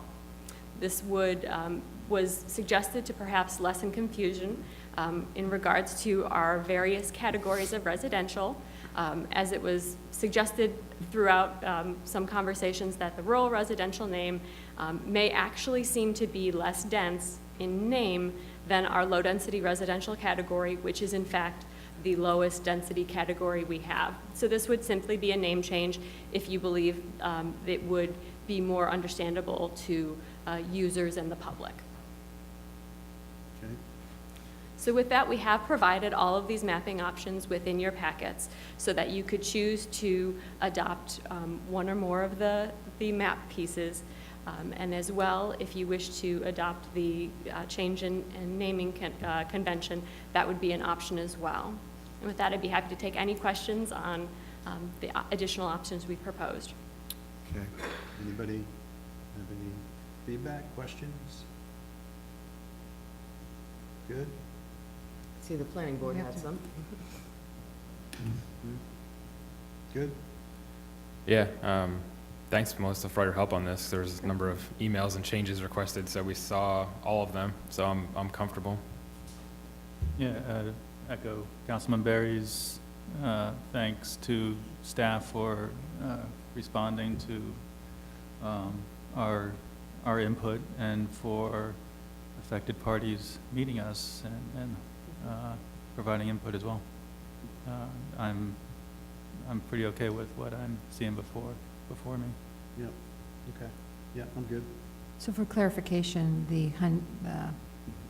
that area, are we Happy Hunting. picking, Happy Hunting, which one are we picking, residential or the other one?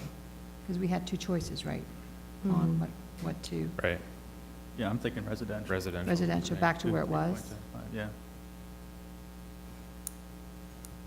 Okay. That's what the, in your discussions, that's what the residents would like it to be? Yeah, Yep, that was my understanding. okay. Sure.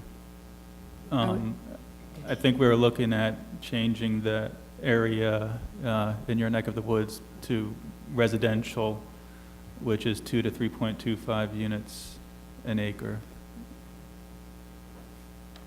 So back to where it was before, right? I'm seeing, 3.25 per acre. heads are nodding? From 2 to 3.2. Okay? All good? Mm-hmm. Believe we got a motion?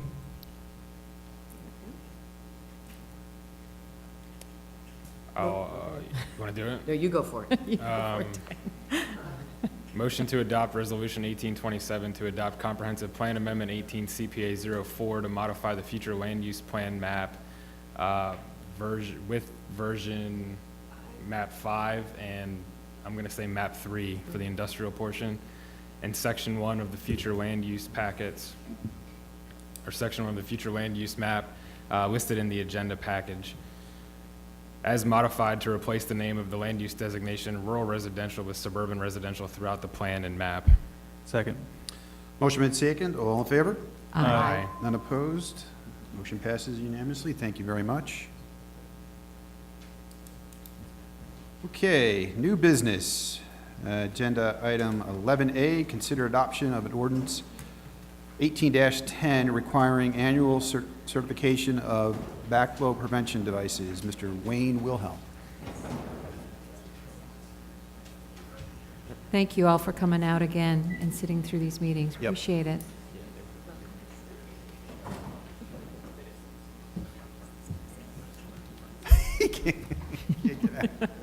Whoever put those poles there?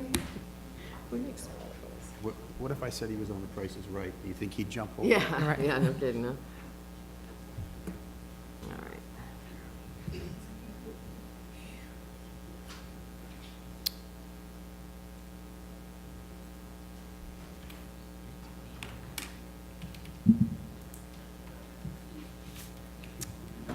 Good evening. Good evening. Good evening. As stated in, hopefully in your packet you received, since 2004, we have had a backflow and cross-connection program with the town of Holly Springs. Ever since we had this ordinance approved, we have been testing every other year.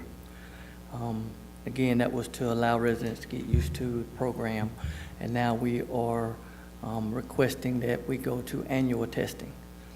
Backflow devices are on sprinkler system, on commercial systems to protect the integrity of our water, to keep anything from being back siphoned or back pressure into our water system. So we are just now requesting that we can change our ordinance to yearly testing instead of every other year testing. And inside the packet, you can see where most other towns have gone to the yearly testing. And actually, sprinkler systems are required to be tested every year. And we did have a, Wilkins Backflow is one of the main manufacturers that are on the market, and about 68% of our customers have those. And even in their recommendations and through the EPA, they recommend that we have backflow devices tested every year. So in our ordinance, we would just like to propose that we make that change. And if that is done, we will work with trying to get out that information to the residents to let them know that we are changing that in our ordinance. And moving forward, after you get it tested now, we will be on an annually basis instead of every 2 years. Questions?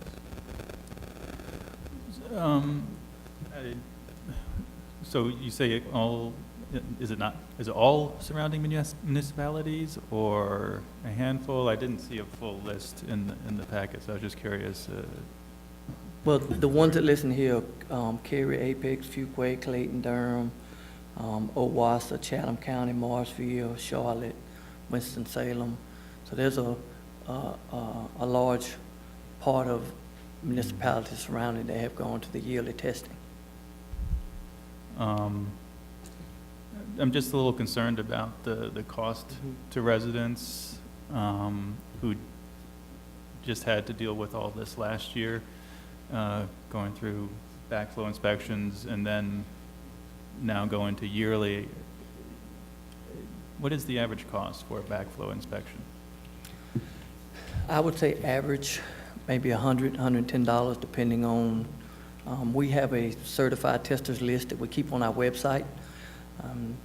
And residents are free to contact as many testers as they would like to get a price. And we actually, even if someone has a tester that they would like to use that's not on our list, all they have to do is provide us with their credentials, and we'll add them to our list.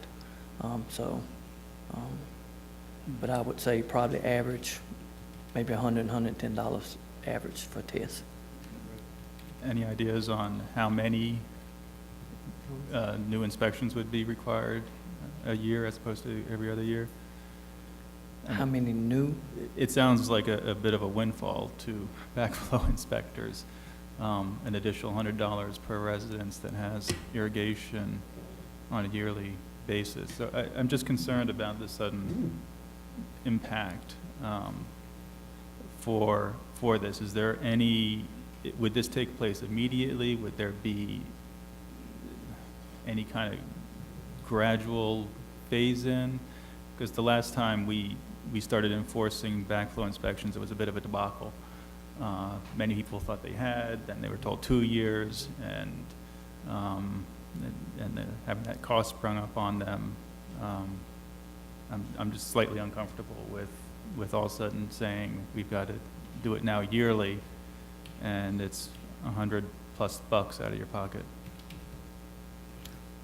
As far as moving forward, whenever the next test was going to, so it wouldn't be everybody had to get one tested immediately. So so if someone just had theirs tested, it would come around annually instead of every 2 years. So the letter would go out to state that, if your backflow is due for a test, it would just be in the letter to state now it will be tested annually instead. So as far as a progression to get that done, we didn't spread it out. It was just going to be on an annual basis after. So their test date would not change. So it wouldn't be a... So the next inspection date, from that date, it's the following year? Yes, sir. Like, so if say they had inspected December 2017, the next date was December 2019, they don't have to get it done this December, correct? It would be 2019. They do those 2 years, or do they have to do it this year? If it was 2017... In the next... Yeah, anyone moving forward, if they had to have theirs tested, I see what you're saying. We were going to send out the letter to have them tested this year, and then it would be on an annual basis. So you still would charge them, even though they paid for 2 years, right? So in 2017? So their next test, I understand what you're saying. Yeah. So their next test date, yes, that would be. So if they were scheduled to be tested in 2019, Yeah. Yes. after 2019, then it would be on an annual basis. Yes, So they- yes, I'm sorry. All right, so they finish out the 2 years, and then it goes... Yes, ma'am. Mhm. Yeah. Then we would move forward with. So basically, this is anyone who's got a second meter, right? And you guys, a second meter? Yes, sir. Mhm. You have all the information on those who have the second meter, right? Yes, sir. Mhm. Just trying to make it easier on you, because that's going to be more work to do those inspections. Maybe we look at something for like January of next year effective, those that are coming off, that you have a 90-day window to get them inspected. Because during the course of the year, you could be, I've got to go there, I got to go here, I got to go here. Actually, I don't know. the resident is responsible. Yeah, we for don't do it. conducting the Yeah, inspection. I know, but they've got to be able to produce those documents that They got the paperwork, and, it's been done. yeah. So do you have enough resources to, Yes, sir. capture all that? Yes, sir. Okay. Because they send that information in to us. Yep. Wayne, can you summarize again what are the benefits of going to an annual program versus biannual? Just to, again, that reassures us of the protection of our water system. These backflows tested just provide us with assurance that all the connections that are, whether they're sprinkler systems, if they're not a domestic potable water system, that those devices are being tested on an annual basis, and just lets us know that our water system is being protected even that much better.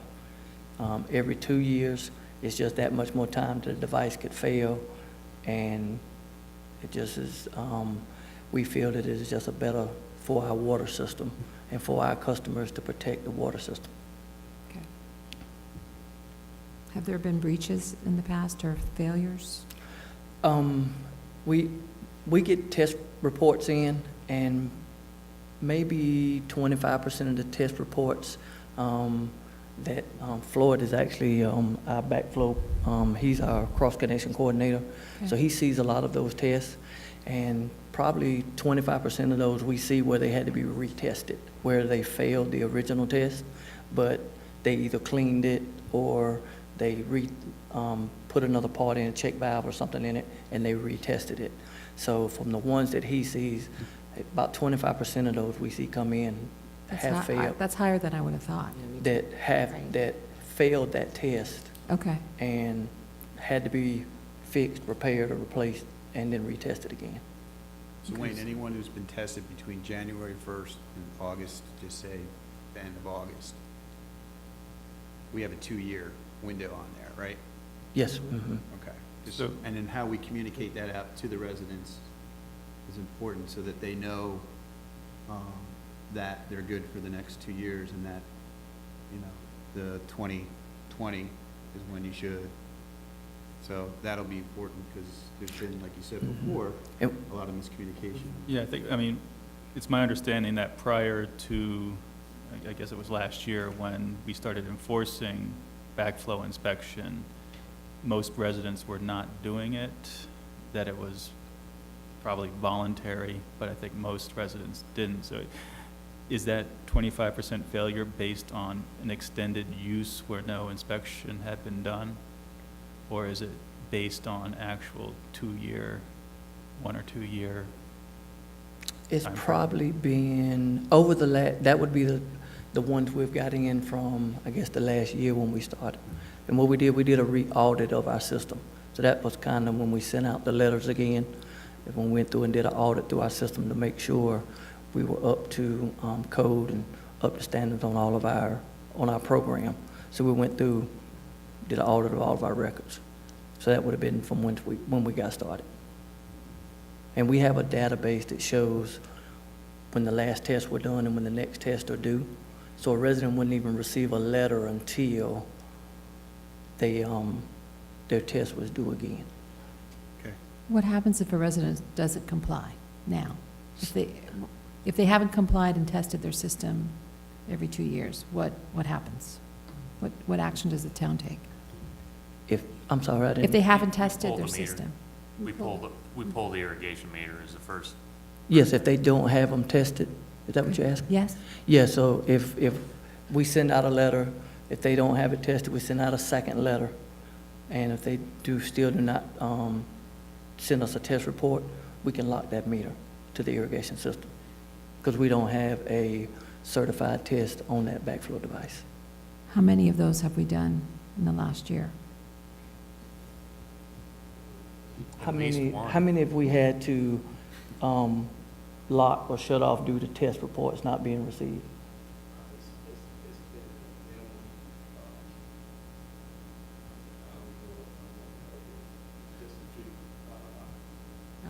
Okay. Okay. And it needs to be tested regardless of use. So you just turning it off and not running your irrigation all year is not an excuse, right? It has to be tested regardless if that meter is being used or not.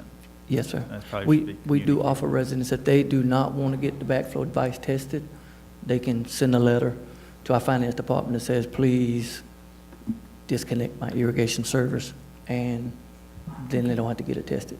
But that assures us that no water is going through that system, through that second meter. Wayne, just a question. If the council decides to go forward with this plan tonight, if my inspection's due tomorrow or in a couple of days, I'm not gonna have received my letter before then, would it be better if the council, if they wanna go forward with this, to establish a date in the future, like September 1, that would allow us to get the letters out to the residents, and it's very clear on when the dividing line is between, you know, those that are due before September 1 just kind of get lucky and they get a 2-year window. But if it's September 2nd or later or whatever, then they're on the annual plan. Yeah. Is that smart? So if you're due in November, and you decide to move ahead and get it done in September, then they'd be good for 2 years? So we'll have a sale on getting their system tested? It also gives time for messaging though, right? Yeah. Because I don't, Right. I'd probably recommend October the 1st, due to the fact that September 1st, there's a lot of people still on vacation, you know, they get their mail. I just want to give them ample time. I'm thinking maybe October 1st might be a good start date in September, I because think- we're almost into mid-August, and like I said, most people are either on vacation or in vacation mode, and don't want to put a sense of urgency on that, but I don't know your Yeah, thoughts. Communication and expectations need to be absolutely clear. Yep. Because last time around, it Yep. was, Yeah, and Not- people not good. want to know why. Why are you going from 2 to 1 and things, so that has to be included in the communication.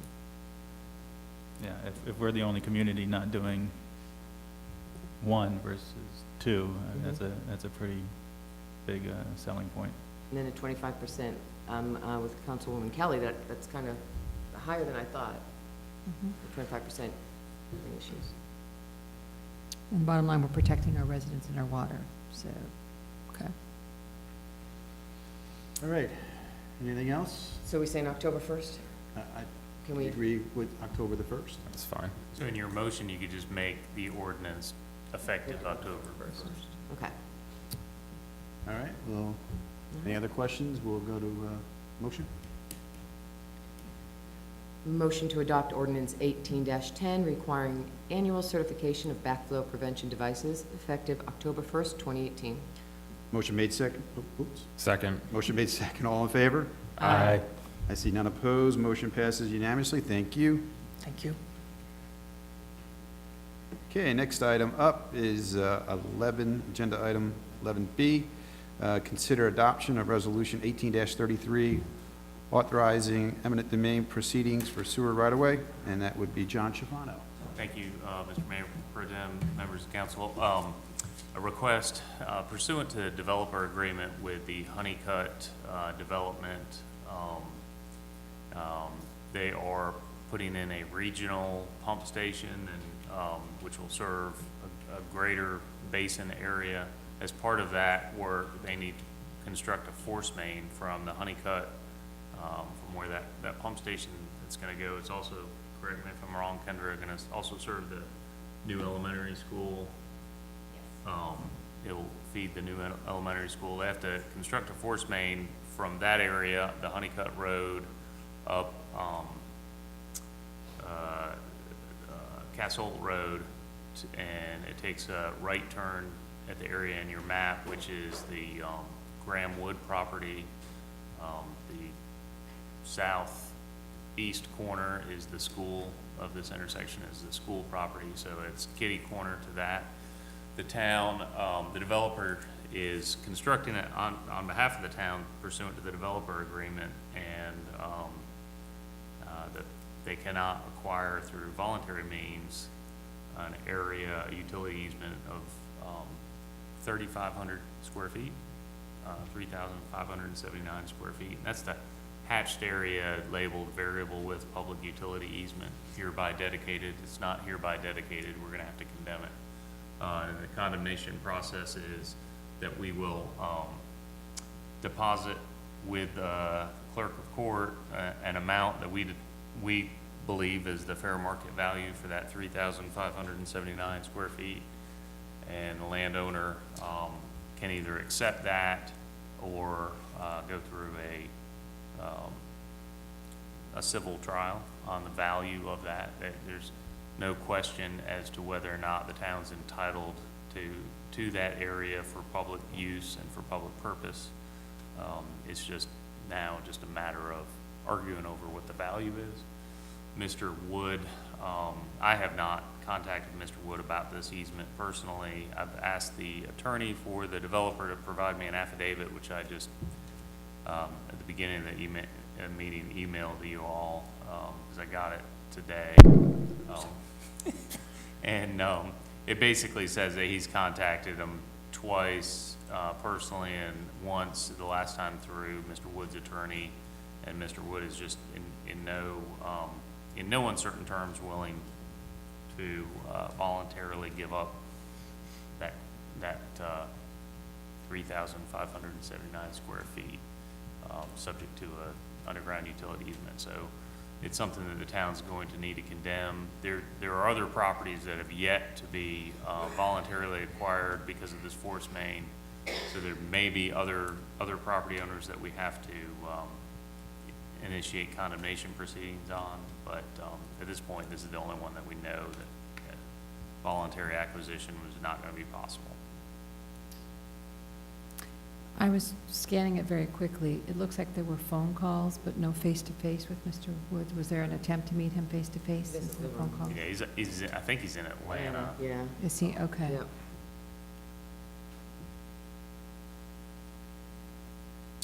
Questions? Should you do do we order an appraisal on that to get the value, or We will, after? but we haven't yet. That's correct. So no idea as to value yet of what we would. I've got an idea. We typically take the tax value, which is pretty close, and on a public utility easement, we discount it by a certain factor because it's not a full taking. He's still entitled to call it his land for landscaping purposes, for buffer purposes. And in particular, that, it matters if it's 3,000 square feet in the middle of your property, or if it's 3,000 square feet where you can't build anyway because it's in the setback. So there are some factors. It's not going to be a particularly expensive taking. It's just frankly, he's just not the town's #1 fan right now. So. Okay. All right, you got a motion? I don't know that I think somebody did it. Thank you. Yeah. Motion to adopt the Honeycutt Sewer Condemnation Resolution 1833 as indicated herein in accordance with Chapter 40A of the North Carolina General Statutes. Second? Motion made second, all in favor? Aye. Seen and opposed, motion passes unanimously. Thank you very much. Agenda item 11C, considered approved to enter a contract with Hazen and Sawyer for engineering services to design and construct odor control upgrades to the Utley Creek Water Reclamation Facility. Mr. Sean Berg. Good evening. How is everybody? Thank you. All right, let's talk about odor. What we have here, I'd like to start out with talking about kind of where the how the odor program started, things we've done in the recent years, and then kind of our proposed solutions going forward. So, odor control program started in the early 2000s. A few pump stations, Bass Lake, Sunset Ridge were the first ones. Complaints and the need for erosion control was the driving factor. Towns grew, more stations were added. Increased detention times in the sewer system. You have more detention time, you have more odor. So as the town expanded, it grew out. More stations were needed. And as of right now, we have stations all over town, north, south, east, and west. And I think our yearly budget is about $400,000. So in 2016 in particular, due to the growing odor problem on the west side of town and at Morgan Park, new odor control stations were added at 12 Oaks, Business Park, and Haven Ferry pump stations. Also, we wanted to cut down on hydrogen sulfide in the piping systems in these places too. We were having we're having issues there too. What we were hoping is that Evoqua had, we had just entered in a contract with Evoqua, and they still do a very good job, and they did a very good job. It just did not, what we were hoping is that this would be enough to knock down the odor at the plant by having that extra chemical in the system.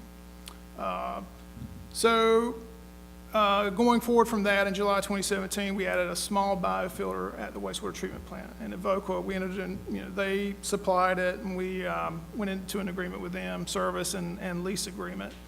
It did knock down H2S readings where the biofilter was located. We could not cover the headworks. It was just not feasible to do that.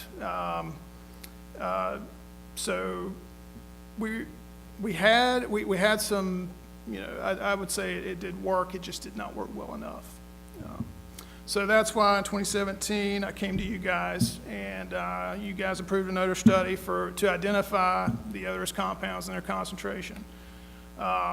And those results indicate nuisance levels of hydrogen sulfide and methyl mercaptans at the headworks. Also, hydrogen sulfide corrosion has damaged some of the concrete walls and the bar screens at the headworks.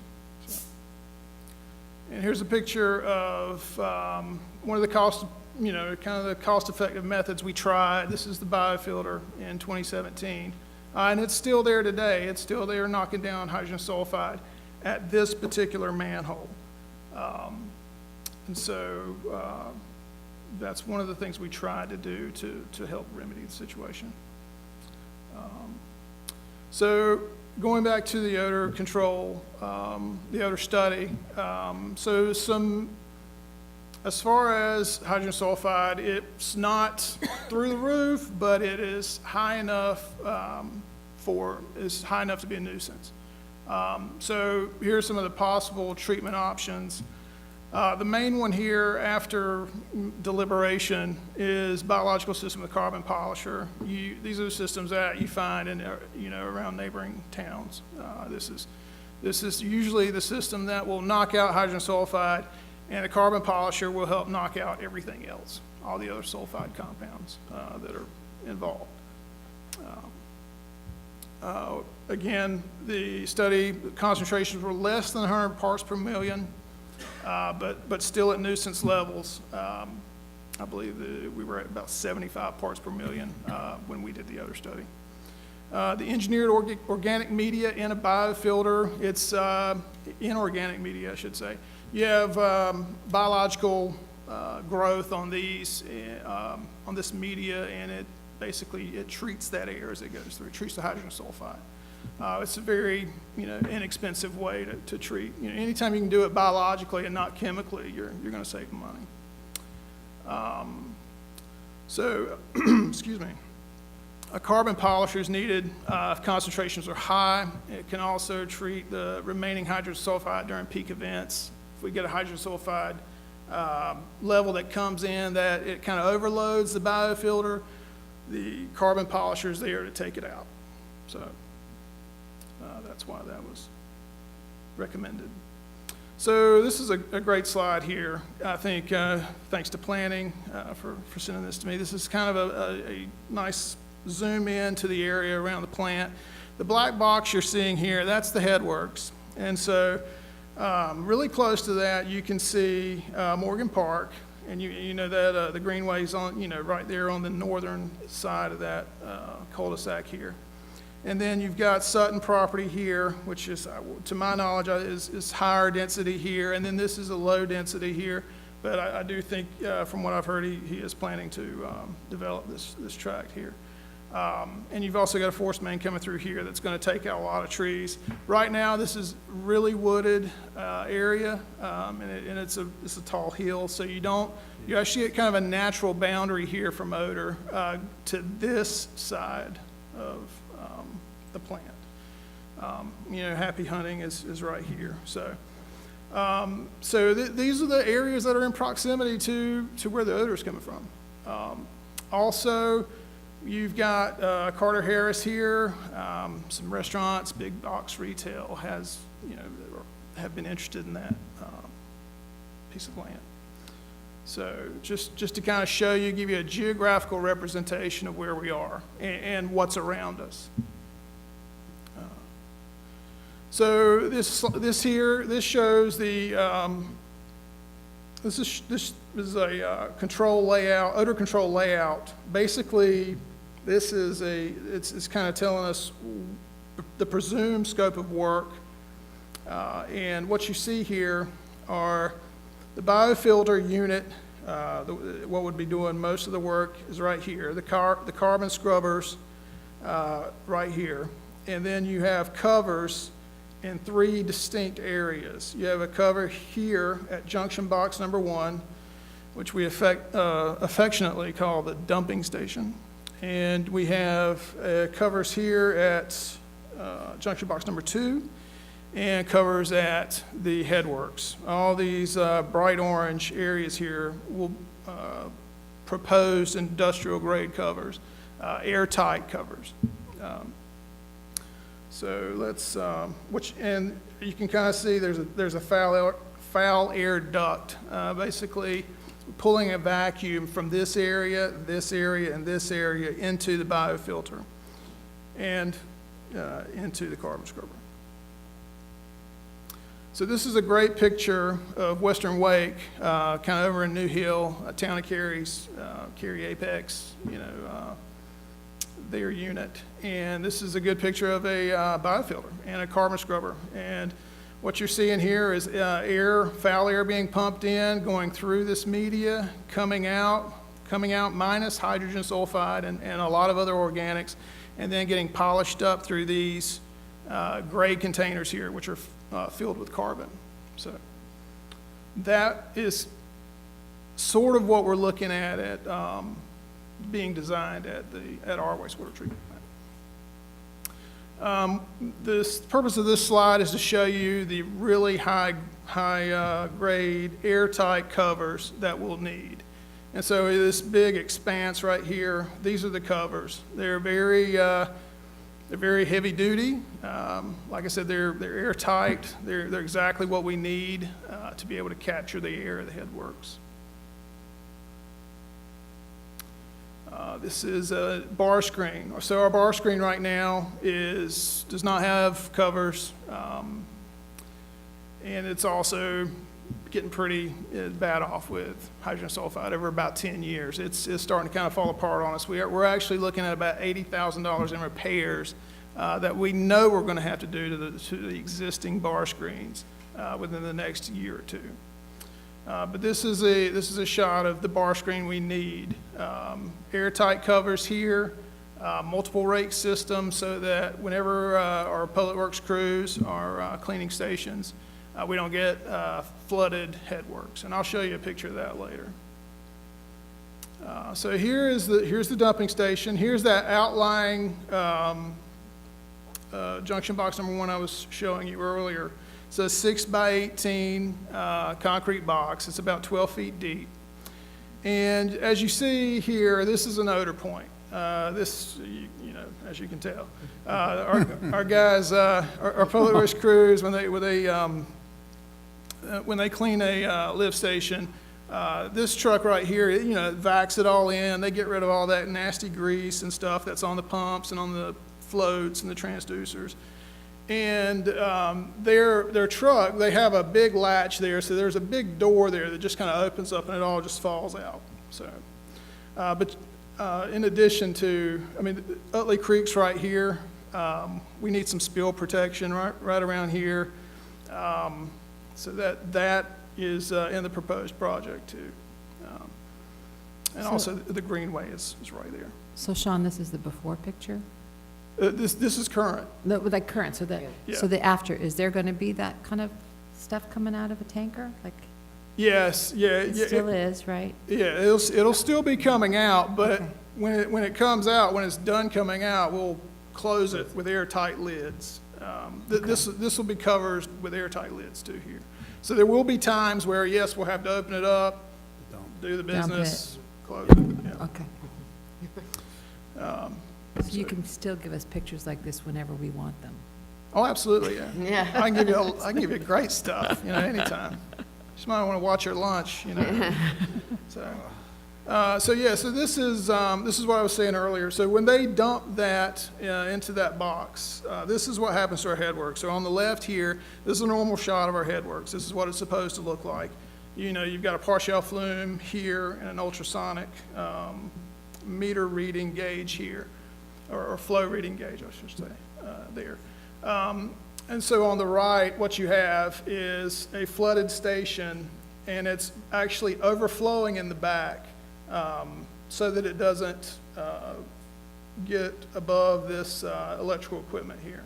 So all this nasty stuff is actually bypassing our treatment systems and going into our influent pump station. It's not good for our pumps. So we're constantly having to clean the pumps in the influent. We're also having to, send them off to get rewound, to get volutes, new volutes for it, new equipment for it. And you can see here, these are the bar screens here, the old bar screens that we have, or the current bar screens. And all right. So areas that have already done this, been here, done that, kind of what we're experiencing. Raleigh, they have many biofilters, carbon, Cary Apex. South Cary in particular is kind of like our situation. They were there, and then they had development around them, and then they had to get odor control. Durham County, north and south, wastewater treatment plants have biofilters, carbon polishing. OWASA, Orange Water and Sewer Authority, Chapel Hill, they also have it too. And there are also some that are looking. I think Fuquay is actually looking into it. So for this, this contract is design, bid, and construction administration. So it is $499,965. And I think 55% is design, and 45% of that number, 45% of the $499,000 is construction administration. As far as them having a inspector on site, submittals that come through, the engineers can make sure the submittals are up to specifications, the correct specifications. So that's what is being presented today. Now further on, construction estimates, once everything's designed, these are the numbers for the construction estimates of mechanical, structural, electrical. OHP is overhead and profit. That's the presumed overhead and profit of the contractor. And then the contingency. This contingency number, it's big, yeah. But it is Hazen starts out with this number because we're at 0% design right now. So, and after 30, 60, 90, 100% of design, that number will go down, and it'll go down a lot. That number is basically what we don't know and what's worst case scenario. That's why that number's there. So that brings the construction total of $4.5 million, presumed as of right now construction total. So in summary, some of our efforts have been somewhat effective, but we still get complaints, especially during morning and evening hours. Weather and upstream mechanical issues have an immediate effect on odor at the headworks. And data from the odor study verifies the odors are at nuisance levels, even with the improvements that we've made. And added benefits, this is an odor project. It's all odor related. But these improvements, they'll eliminate hydrogen sulfide from the piping systems and the headworks. So we're seeing some of our concrete degrading at the headworks. It'll eliminate that. We can get our concrete repaired and not have to worry about hydrogen sulfide. New bar screens, we won't have a flooded headworks anymore. Public Works will be able to, dump as much as they want to down there and get their stations clean.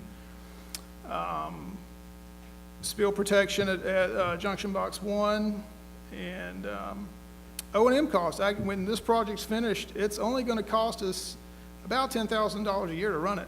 And I think that's pretty outstanding. It's a complete odor system that will be retrofit into an existing structure. That's, that's the unknown part with that $1 million. Even though there's complete scope of this project under control, there's additional benefits. My recommendation, total cost is a concern, but this project's needed. This project provides air quality improvements for residents now and for future growth in the residential commercial areas around the treatment plant. And it'll also repair damaged infrastructure. So that's it. You guys got any questions? Questions? So basically, our Band-Aids that we've been using just are no longer, or aren't going to continue to.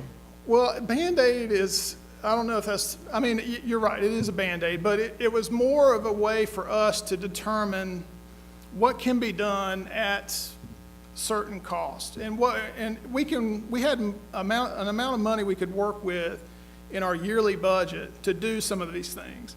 Like, it wasn't just the biofilter. We put these rudimentary covers. They aren't airtight or anything, but we put covers over the junction boxes. They're basically plates of aluminum, and with a hinge, and we have tried, and we tried to do it so because we thought we could possibly hit a point where we could do enough to where maybe we'd have odors at the plant, but they wouldn't necessarily translate to odors in their surrounding areas. So, yeah, I mean, the Band-Aids really, they worked somewhat. They didn't work to completely eliminate odors. And so if we do this, we'll see a lot less corrosion because we'll be knocking out the. Okay. Absolutely, yeah. Okay. I had a question. How are we going to pay for the whole thing? Where's that money going to come from? Daniel? Thank you. Yes. By no stretch of the imagination is this a small sum of money. I mean, this is a very large amount of money, but that is why we do have, sewer reserves.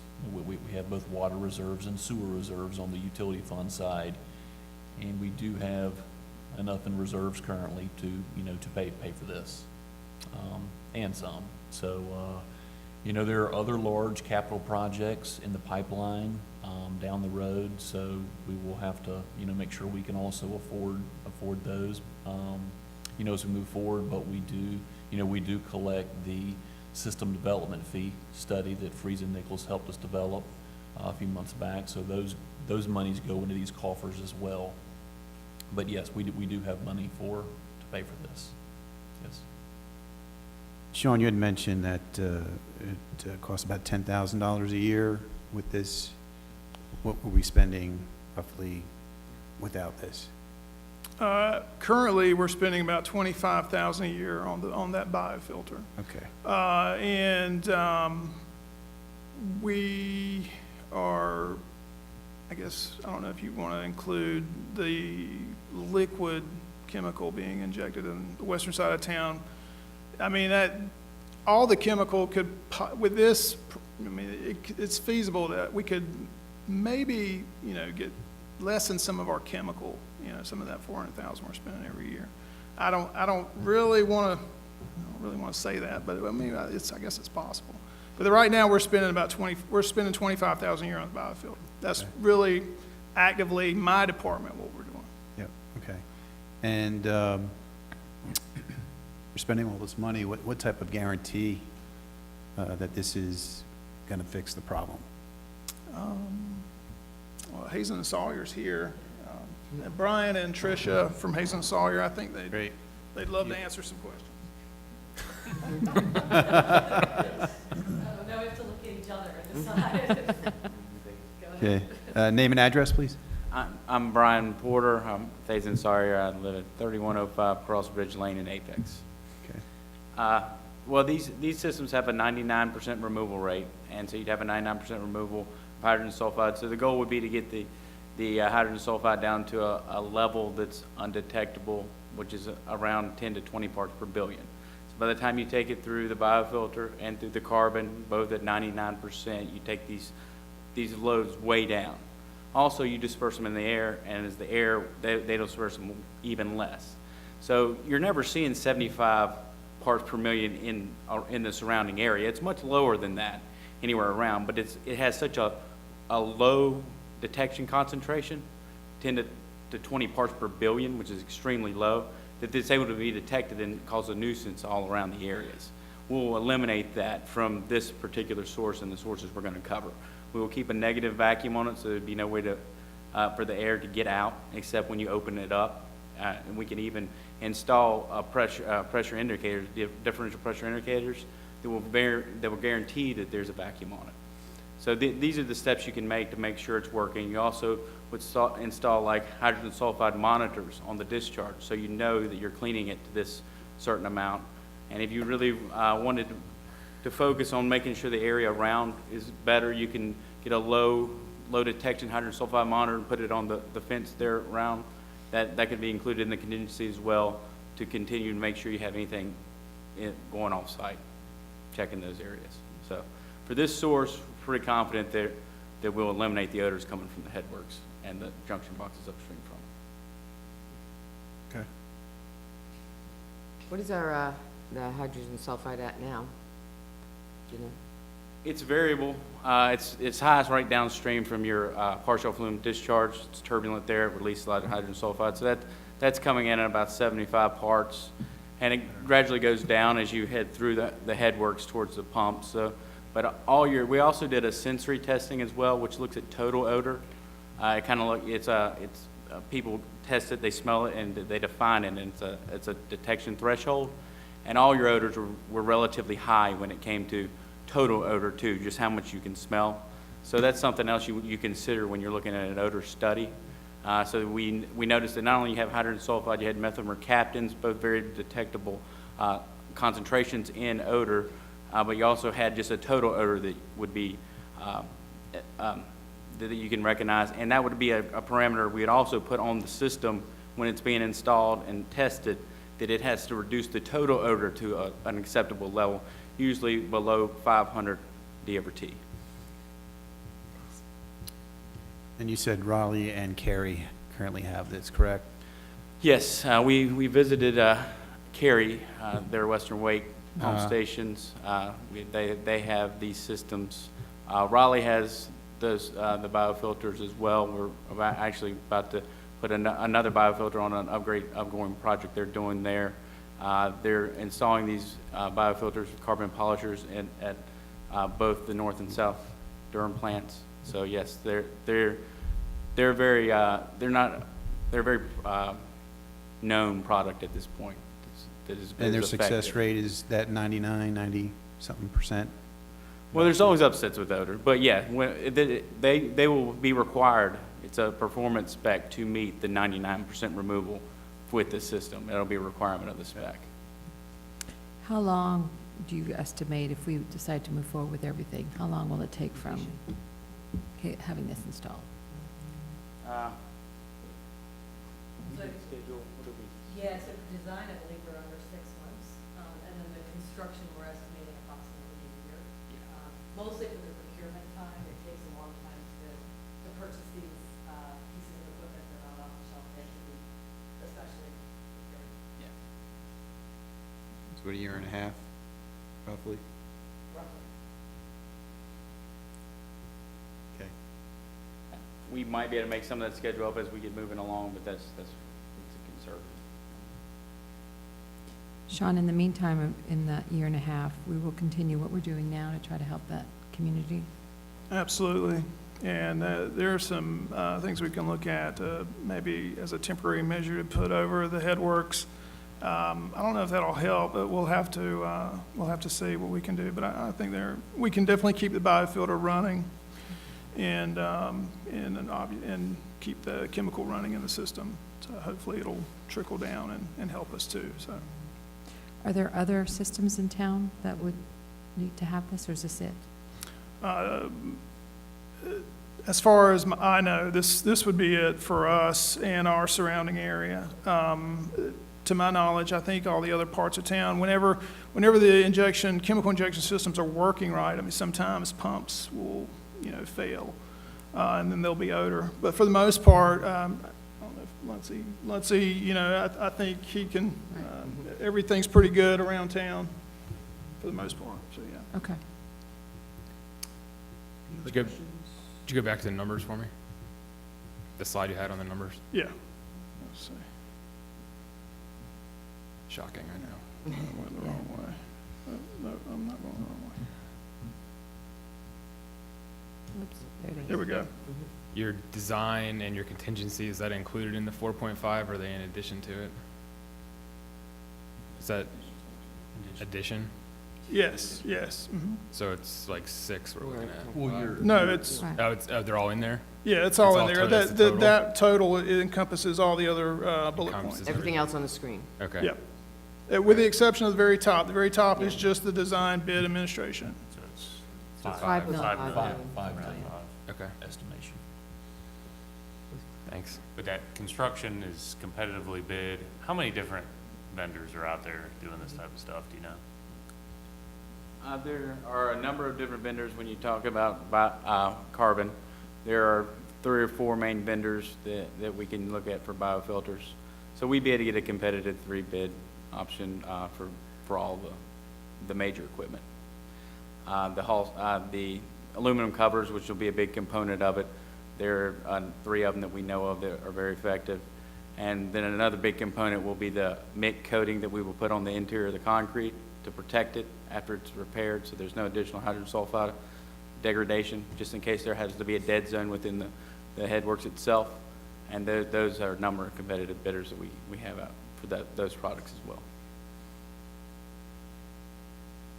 Your forecast accuracy pretty good on where these numbers are gonna come in? So it gets better as we go, as Sean mentioned earlier, right? So we start out with a big contingency, and as Right. we work through the design, it'll get tighter and tighter. Sean, you mentioned that the current system is experiencing degradation that was, I guess, recently discovered through this. If left as is, do you have any ideas on how much that degradation would continue, if that would have a financial impact on us in the future, having to deal with an expense of replacing that in some other form? Are we, in essence, paying a little bit for the future right now by doing this? Yes, absolutely. Excuse me. Yeah, what we've noticed with the bar screens, and we've had other areas that we've had to fix due to the hydrogen sulfide, an area in the a motor control center right beside there, it's getting corroded, and we've had to replace some panels there. But with the bar screen in particular, it started out with, okay, things are, some of the rails are breaking apart, so we need to get a welder, we need to clear the channel out, get, confined space, get a welder in there. It went from that, having to do that maybe once every couple of years, to, okay, now bolts are coming out of the concrete, and the concrete is basically, like powder in some places, which is not good at all. I'm not saying that we're in an imminent danger, but we've already procured estimates, so that if the time did happen tomorrow, we'd have, we'd know what we were dealing with. So, and it is expensive. It's around 60 to 80,000 right now on what we need to do, what we know we need to fix with these bar screens. And these bar screens, they were great in the 80s, but they're just not great now. They're obsolete. They cannot keep up with our flow, especially when we're having, if we're having, the guys are cleaning stations, or if we're just having a really, monsoon coming through, they really need to be replaced. So.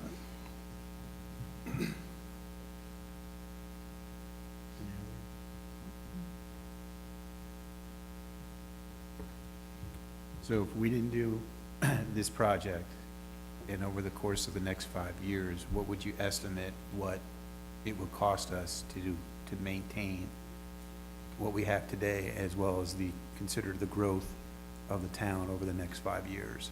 Mm-hmm. Do you have an idea what we would have to spend if we didn't do this project? If we didn't do this project, we would still have to do major upgrades to the headworks to get rid of the hydrogen sulfide. And the hydrogen sulfide would be ongoing every year at the headworks. We would still, our neighbors would still, you know, call us up and not like us so much, and we would try our best, but, you know, we can only do so much with what we have. And I'd say the dumping station, that's been on CIP for about 5 years. We've just gone through different iterations of how that problem needs to be solved. What I eventually thought need to be done there, adding bar screens at that location or a box at that location, that's not feasible anymore. There's just not a good enough footprint there to do that. So the dumping station, absolutely, those guys, they need something. They need to be able to dump and not have to worry about overflowing, flooding us. And we don't need to be worrying about our equipment getting flooded and having to repair it, and then our everything getting bypassed to the influent pumps, and then having to constantly, yearly, every year, you know, work on pump 1, pump 2, pump 6. So. I guess to summarize, the O&M would just increase every year. So. All right. Anybody else? I just, you know, want to make sure that 10 years down the road, that we don't see, I mean, with all this money that we're putting into it, that there is a guarantee that we're not going to see the corrosion like we are on some of this stuff now.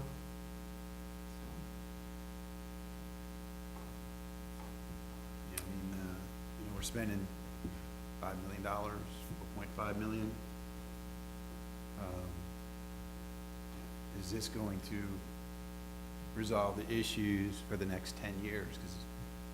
Because 10 years from now, the population. Yeah, I mean, I think your corrosion issues, that's one reason why we would not only pull the air out of, create a negative vacuum, but we'd also coat the interior of it with the MIC coating. It's a microbial influenced corrosion inhibitor, essentially. So it takes the microbes that create the acid from the hydrogen sulfide and eliminates them so that they can't corrode the concrete anymore. The screens will be stainless steel, 316, so the corrosion there will be limited there too. So you got everything that we're going to put in there will be protected significantly, and you'll be pulling air out of it actively so that you have fresh air coming in, you're pulling the hydrogen sulfide out, so you're limiting the amount of hydrogen sulfide in there to begin with.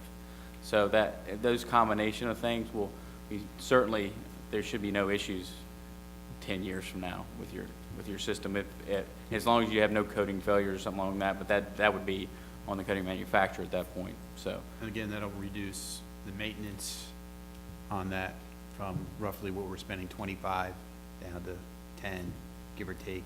Okay. Well, it sounds like if we don't do something now, in 5 years, it would cost us more anyway. So who said investing in our future? It's reassuring that the data supports the need, you know, to do this now for the future, right? It's not give or take $1 million for each of the complaints that we received over the last 6 months. Right. It's a lot more than that, and Right. thankfully we found that with the study that we, Yeah. you know, approved back in December. So we're not only going to fix the odor issues, we're going to move forward with solutions that are going to make our plant more sustainable for the future. Too bad we couldn't sell the odors like we sell the methane gas that the county sells at the landfill, huh? We'd be paid off in no time. Hey, give us time, maybe we'll find a way, right?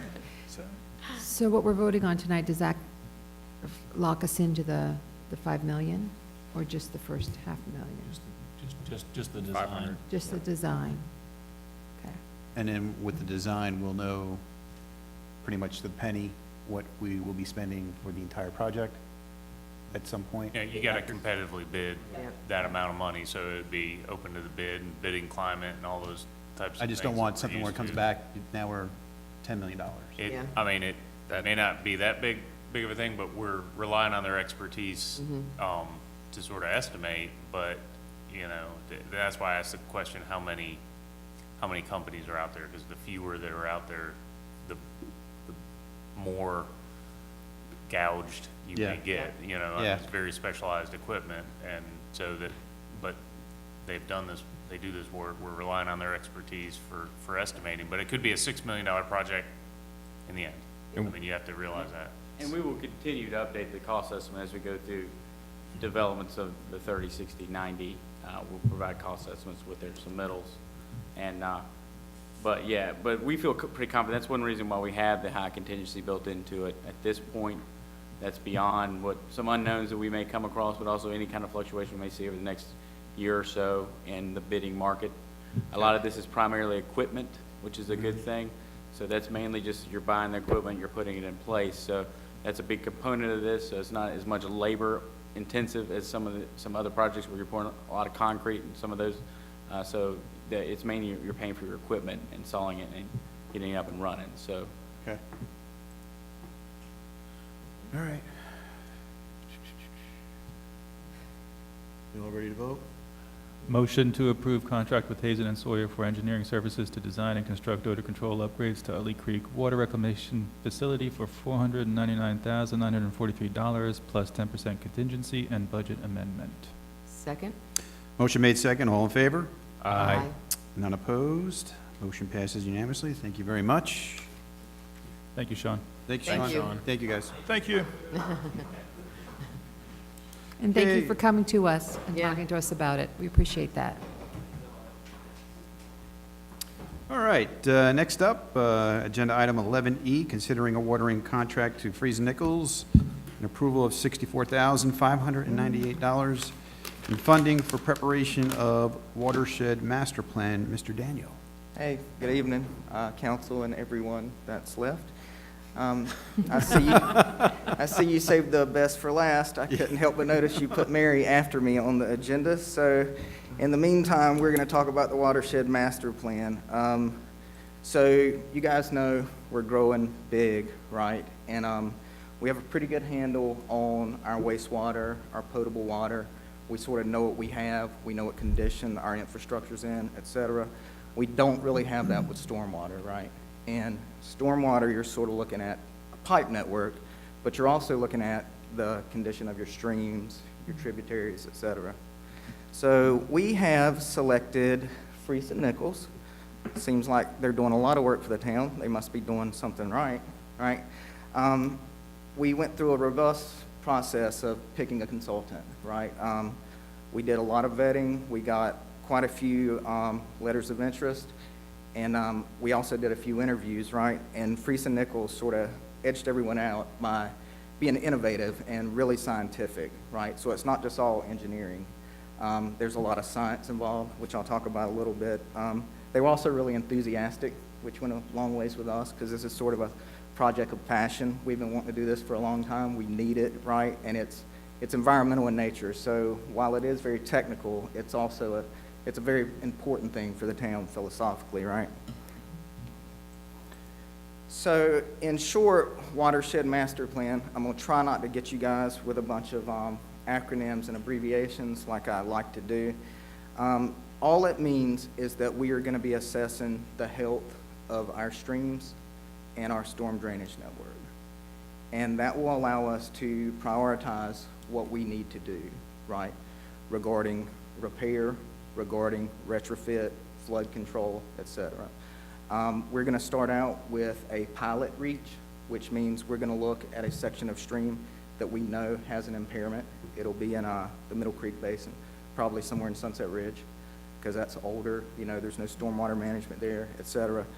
And from there, Freese will work with us so we can hone in exactly what we want as far as data points go, right?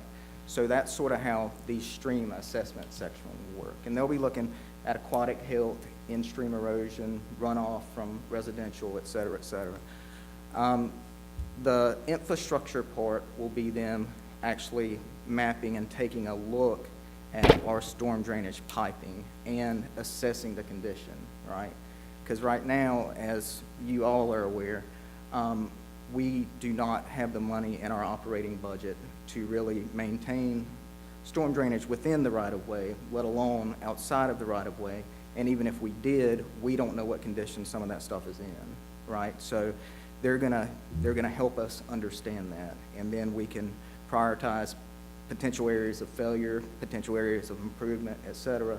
It will also help us know, you know, as we start looking more and more at stormwater infrastructure as a utility, you know, like a full utility, it'll help us know like where that funding shortfall is, right? It'll help us start to see what that gap is.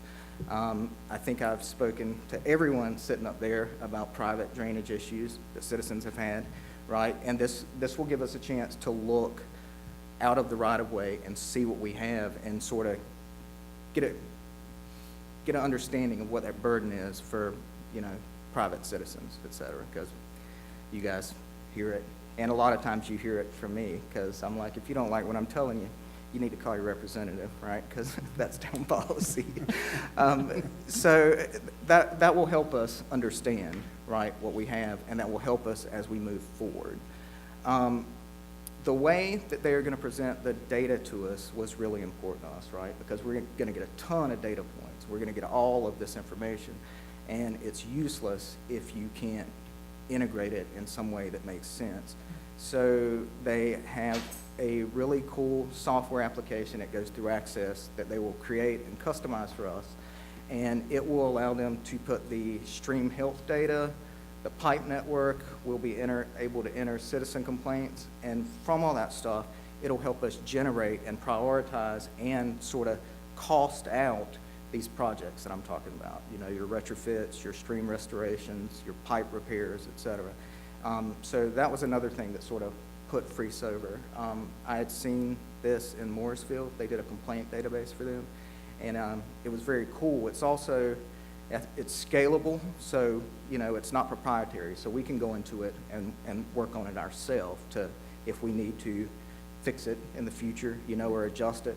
We could also, excuse me, adapt it for something else, you know, transportation complaints, et cetera, et cetera. You know, it's just sort of a baseline thing, and I think that we could use it for a lot of other things. Me and Aaron have talked about that a little bit. Okay, so another thing that I haven't talked about, and I think we need to think about, the leadership needs to think about, is that we are a regulated community, right? And those regulations are handed down oftentimes off of your aquatic health. So Middle Creek is on the 303D list. That means it's impaired for sediment in this case. And we need to be acting proactively instead of reactively, right? We need to know what we have and what we can do to help mitigate that situation before the EPA shows up and says, you have to do this, right? Because some towns have had to go through that, and it's been very costly, and, you know, it's a lot harder to react to something, as you well know, where we just saw that with the treatment plant stuff. And I think just, again, from a philosophical standpoint, I think that Holly Springs has always been proactive, right? And I think it makes a lot of sense for us to really know what we have and really look at what development is doing to our waterways, right? You know, we have a stormwater fee and lieu process, et cetera, and we want to know, should we be doing that, right? Like, is it creating harm or is it okay? And where should that money go? Where is it best used? So this is the first step to getting us there.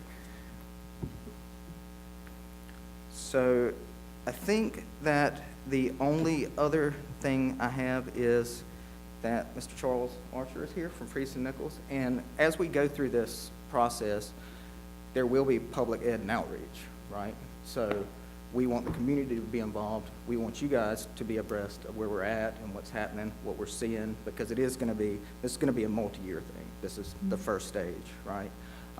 And we also want to go ahead and identify some opportunity for some projects and get some things in the ground.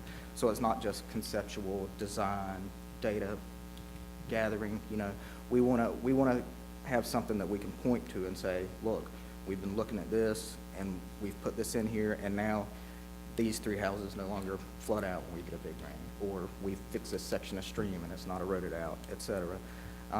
So the ultimate goal is, you know, to protect citizen safety first, of course, and health, and to help the town get their hands around what they have.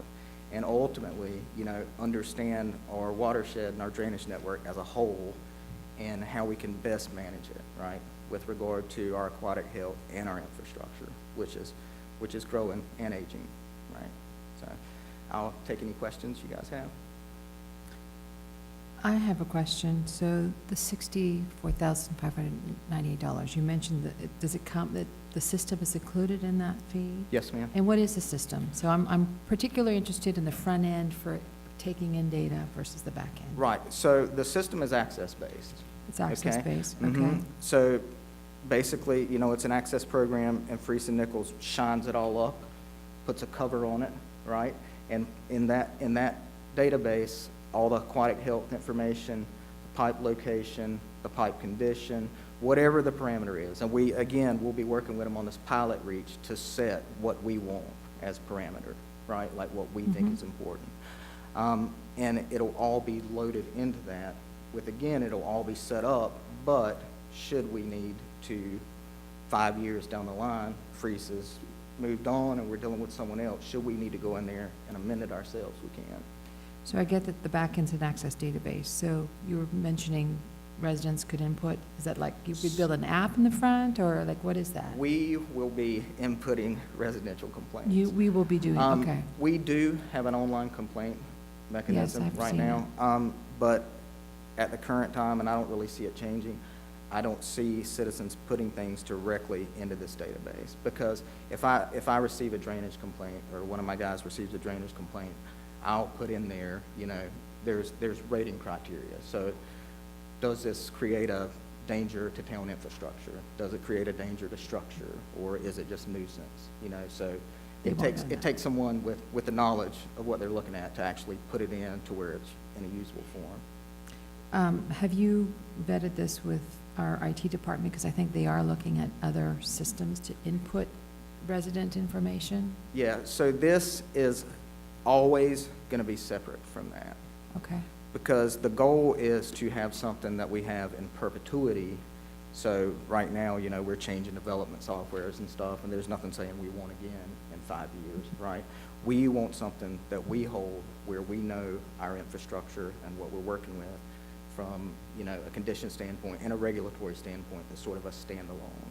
And if there is that staff time spent doing some data transfer, then we're just holding a lump of it, right? Because we want it to integrate if it can, you know, if we can populate something from something else that they can talk, but we don't want it being part of their thing.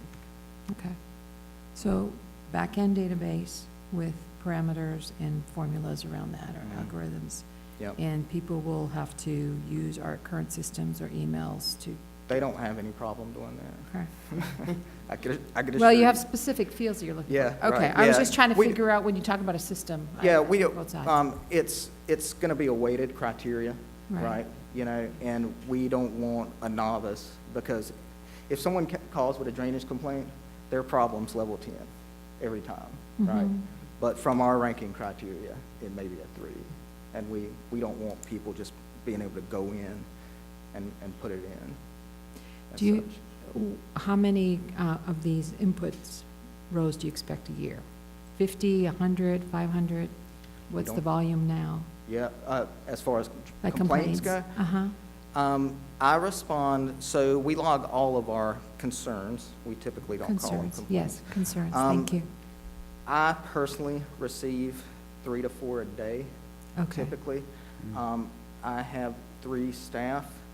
They typically do that same volume, and that's not counting what other people respond to.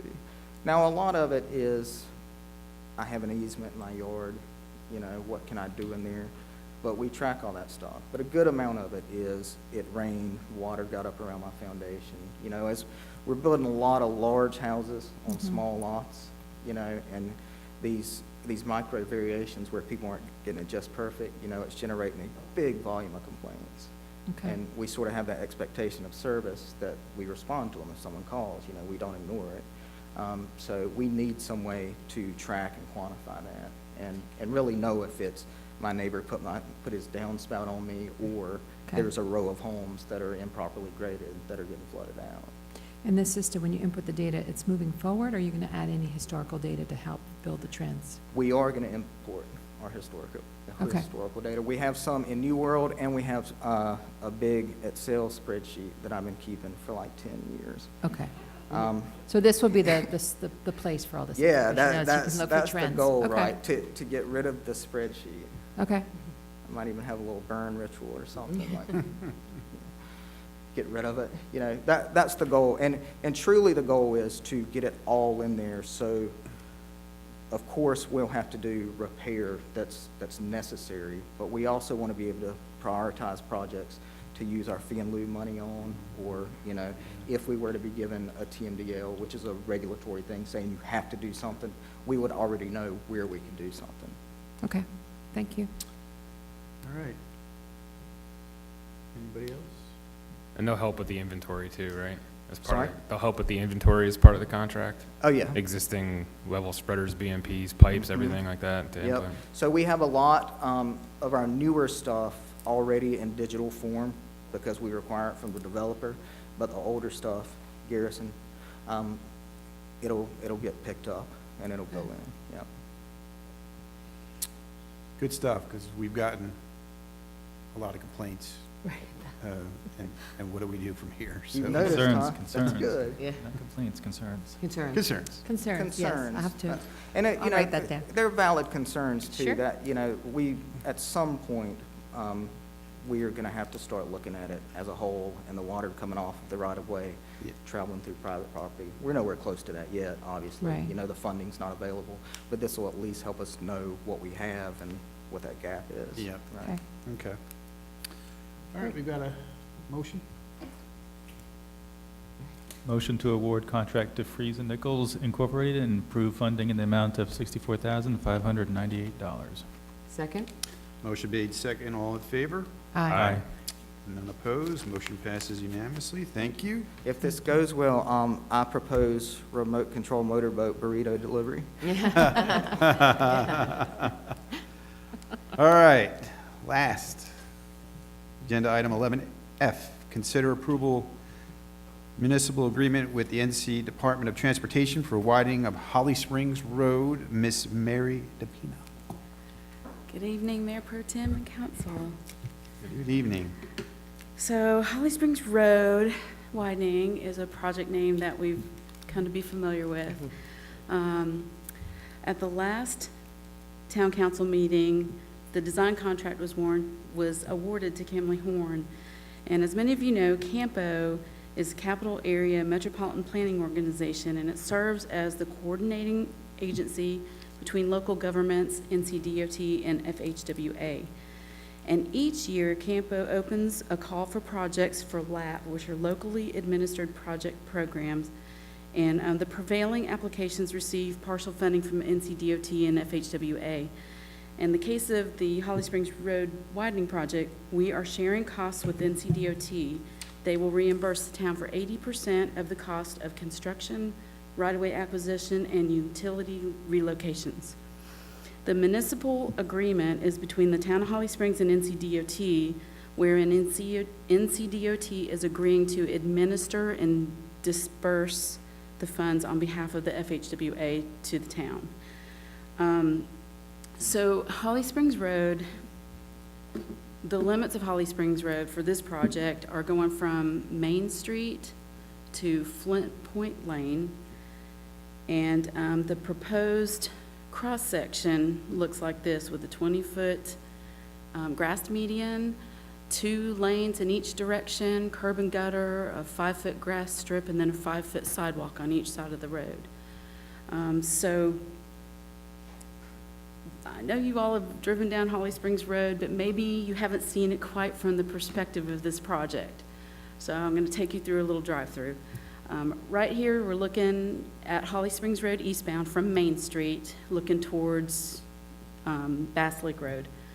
So as you can see here, we have the width of pavement is about 5 lanes. There are 3 lanes on this side, and there are actually 2 lanes here, but because this lane tapers down up ahead, they didn't stripe it that way. So it tapers down from a 5-lane section to a 2-lane section. So this happens throughout this section, you know, think of an hourglass. You start wide and go narrow, and go wide and go narrow, and it happens several times down the stretch of road. So this is where it's tapering down to 2 lanes. Here we've got Cayman Avenue here, and as you can see, the elementary school is up ahead, and it's tapering back out again to a 3-lane section, and this is still on approach to the school. You've got 1 lane in each direction in this striped gore area. Right in front of the school, we fan back out to this section, and up ahead of that is where the 2018 market is, and in that section, the road is at the ultimate width, and that is the width that will be tying to both on the, from Main Street to that section, and also from that section to Flint Point Lane. So this is up at the easternmost end of the 2018. It was still under construction when this picture was being taken. But if you'll notice right here, this is the right turn lane into the Fire Station 1. And again, you've got this changing cross-section where you've got 2 lanes, 1 lane in each direction and a small median. And then up closer to Flint Point Lane, which is right here, it's changing again. And then at Flint Point Lane, this is at the intersection of Flint Point Lane and Grassy Meadow Road. And as you can see up here and all the way up to the elementary school, from this point on, the cross-section again is at an ultimate width of pavement. So that's why Flint Point Lane was such a good place to stop, because it merges into this wide section again. So essentially from Holly Springs Elementary School back to Main Street, we'll have a consistent cross-section, which again, to remind you, is this grass median with the 2 lanes in each direction and sidewalks on each side. So this is an overview that Kimley Horn did for us. If you see, the green sections are the sections of roadway that are already at the ultimate width, and then the yellow sections are the sections that we'll be widening to match the green sections. And so, we're asking council to approve the municipal agreement between the town of Holly Springs and NCDOT for the reimbursement of 80% of the cost for construction, right-of-way acquisition, and utility relocations for Holly Springs Road widening project. And do any of you have any questions? Sorry, I know this is probably early to think about in terms of design, but given the median there and the number of side streets and the schools there, is there any anticipation on what can make a left turn, what street, or Kimley Horn is doing an exhaustive traffic analysis, and they will analyze every intersection. We will take drone footage of the activities around the schools and take that into consideration with the design. So no, it's too early to tell, but when they get done with their traffic analysis, they'll let us know where those openings need to be. And yeah, they're adept at that. They've got a good traffic team. And will we be able to reuse our nice crosswalk signals that are coming up? Yes. Can you go back to the last picture? Yes. So in the green area, there won't be much widening at all there, correct? That's correct. So what is there is just a matter of,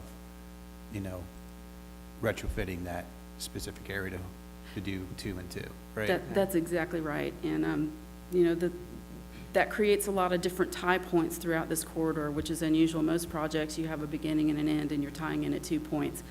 So that makes this project a little more intricate, I would say, for the design and the construction. So,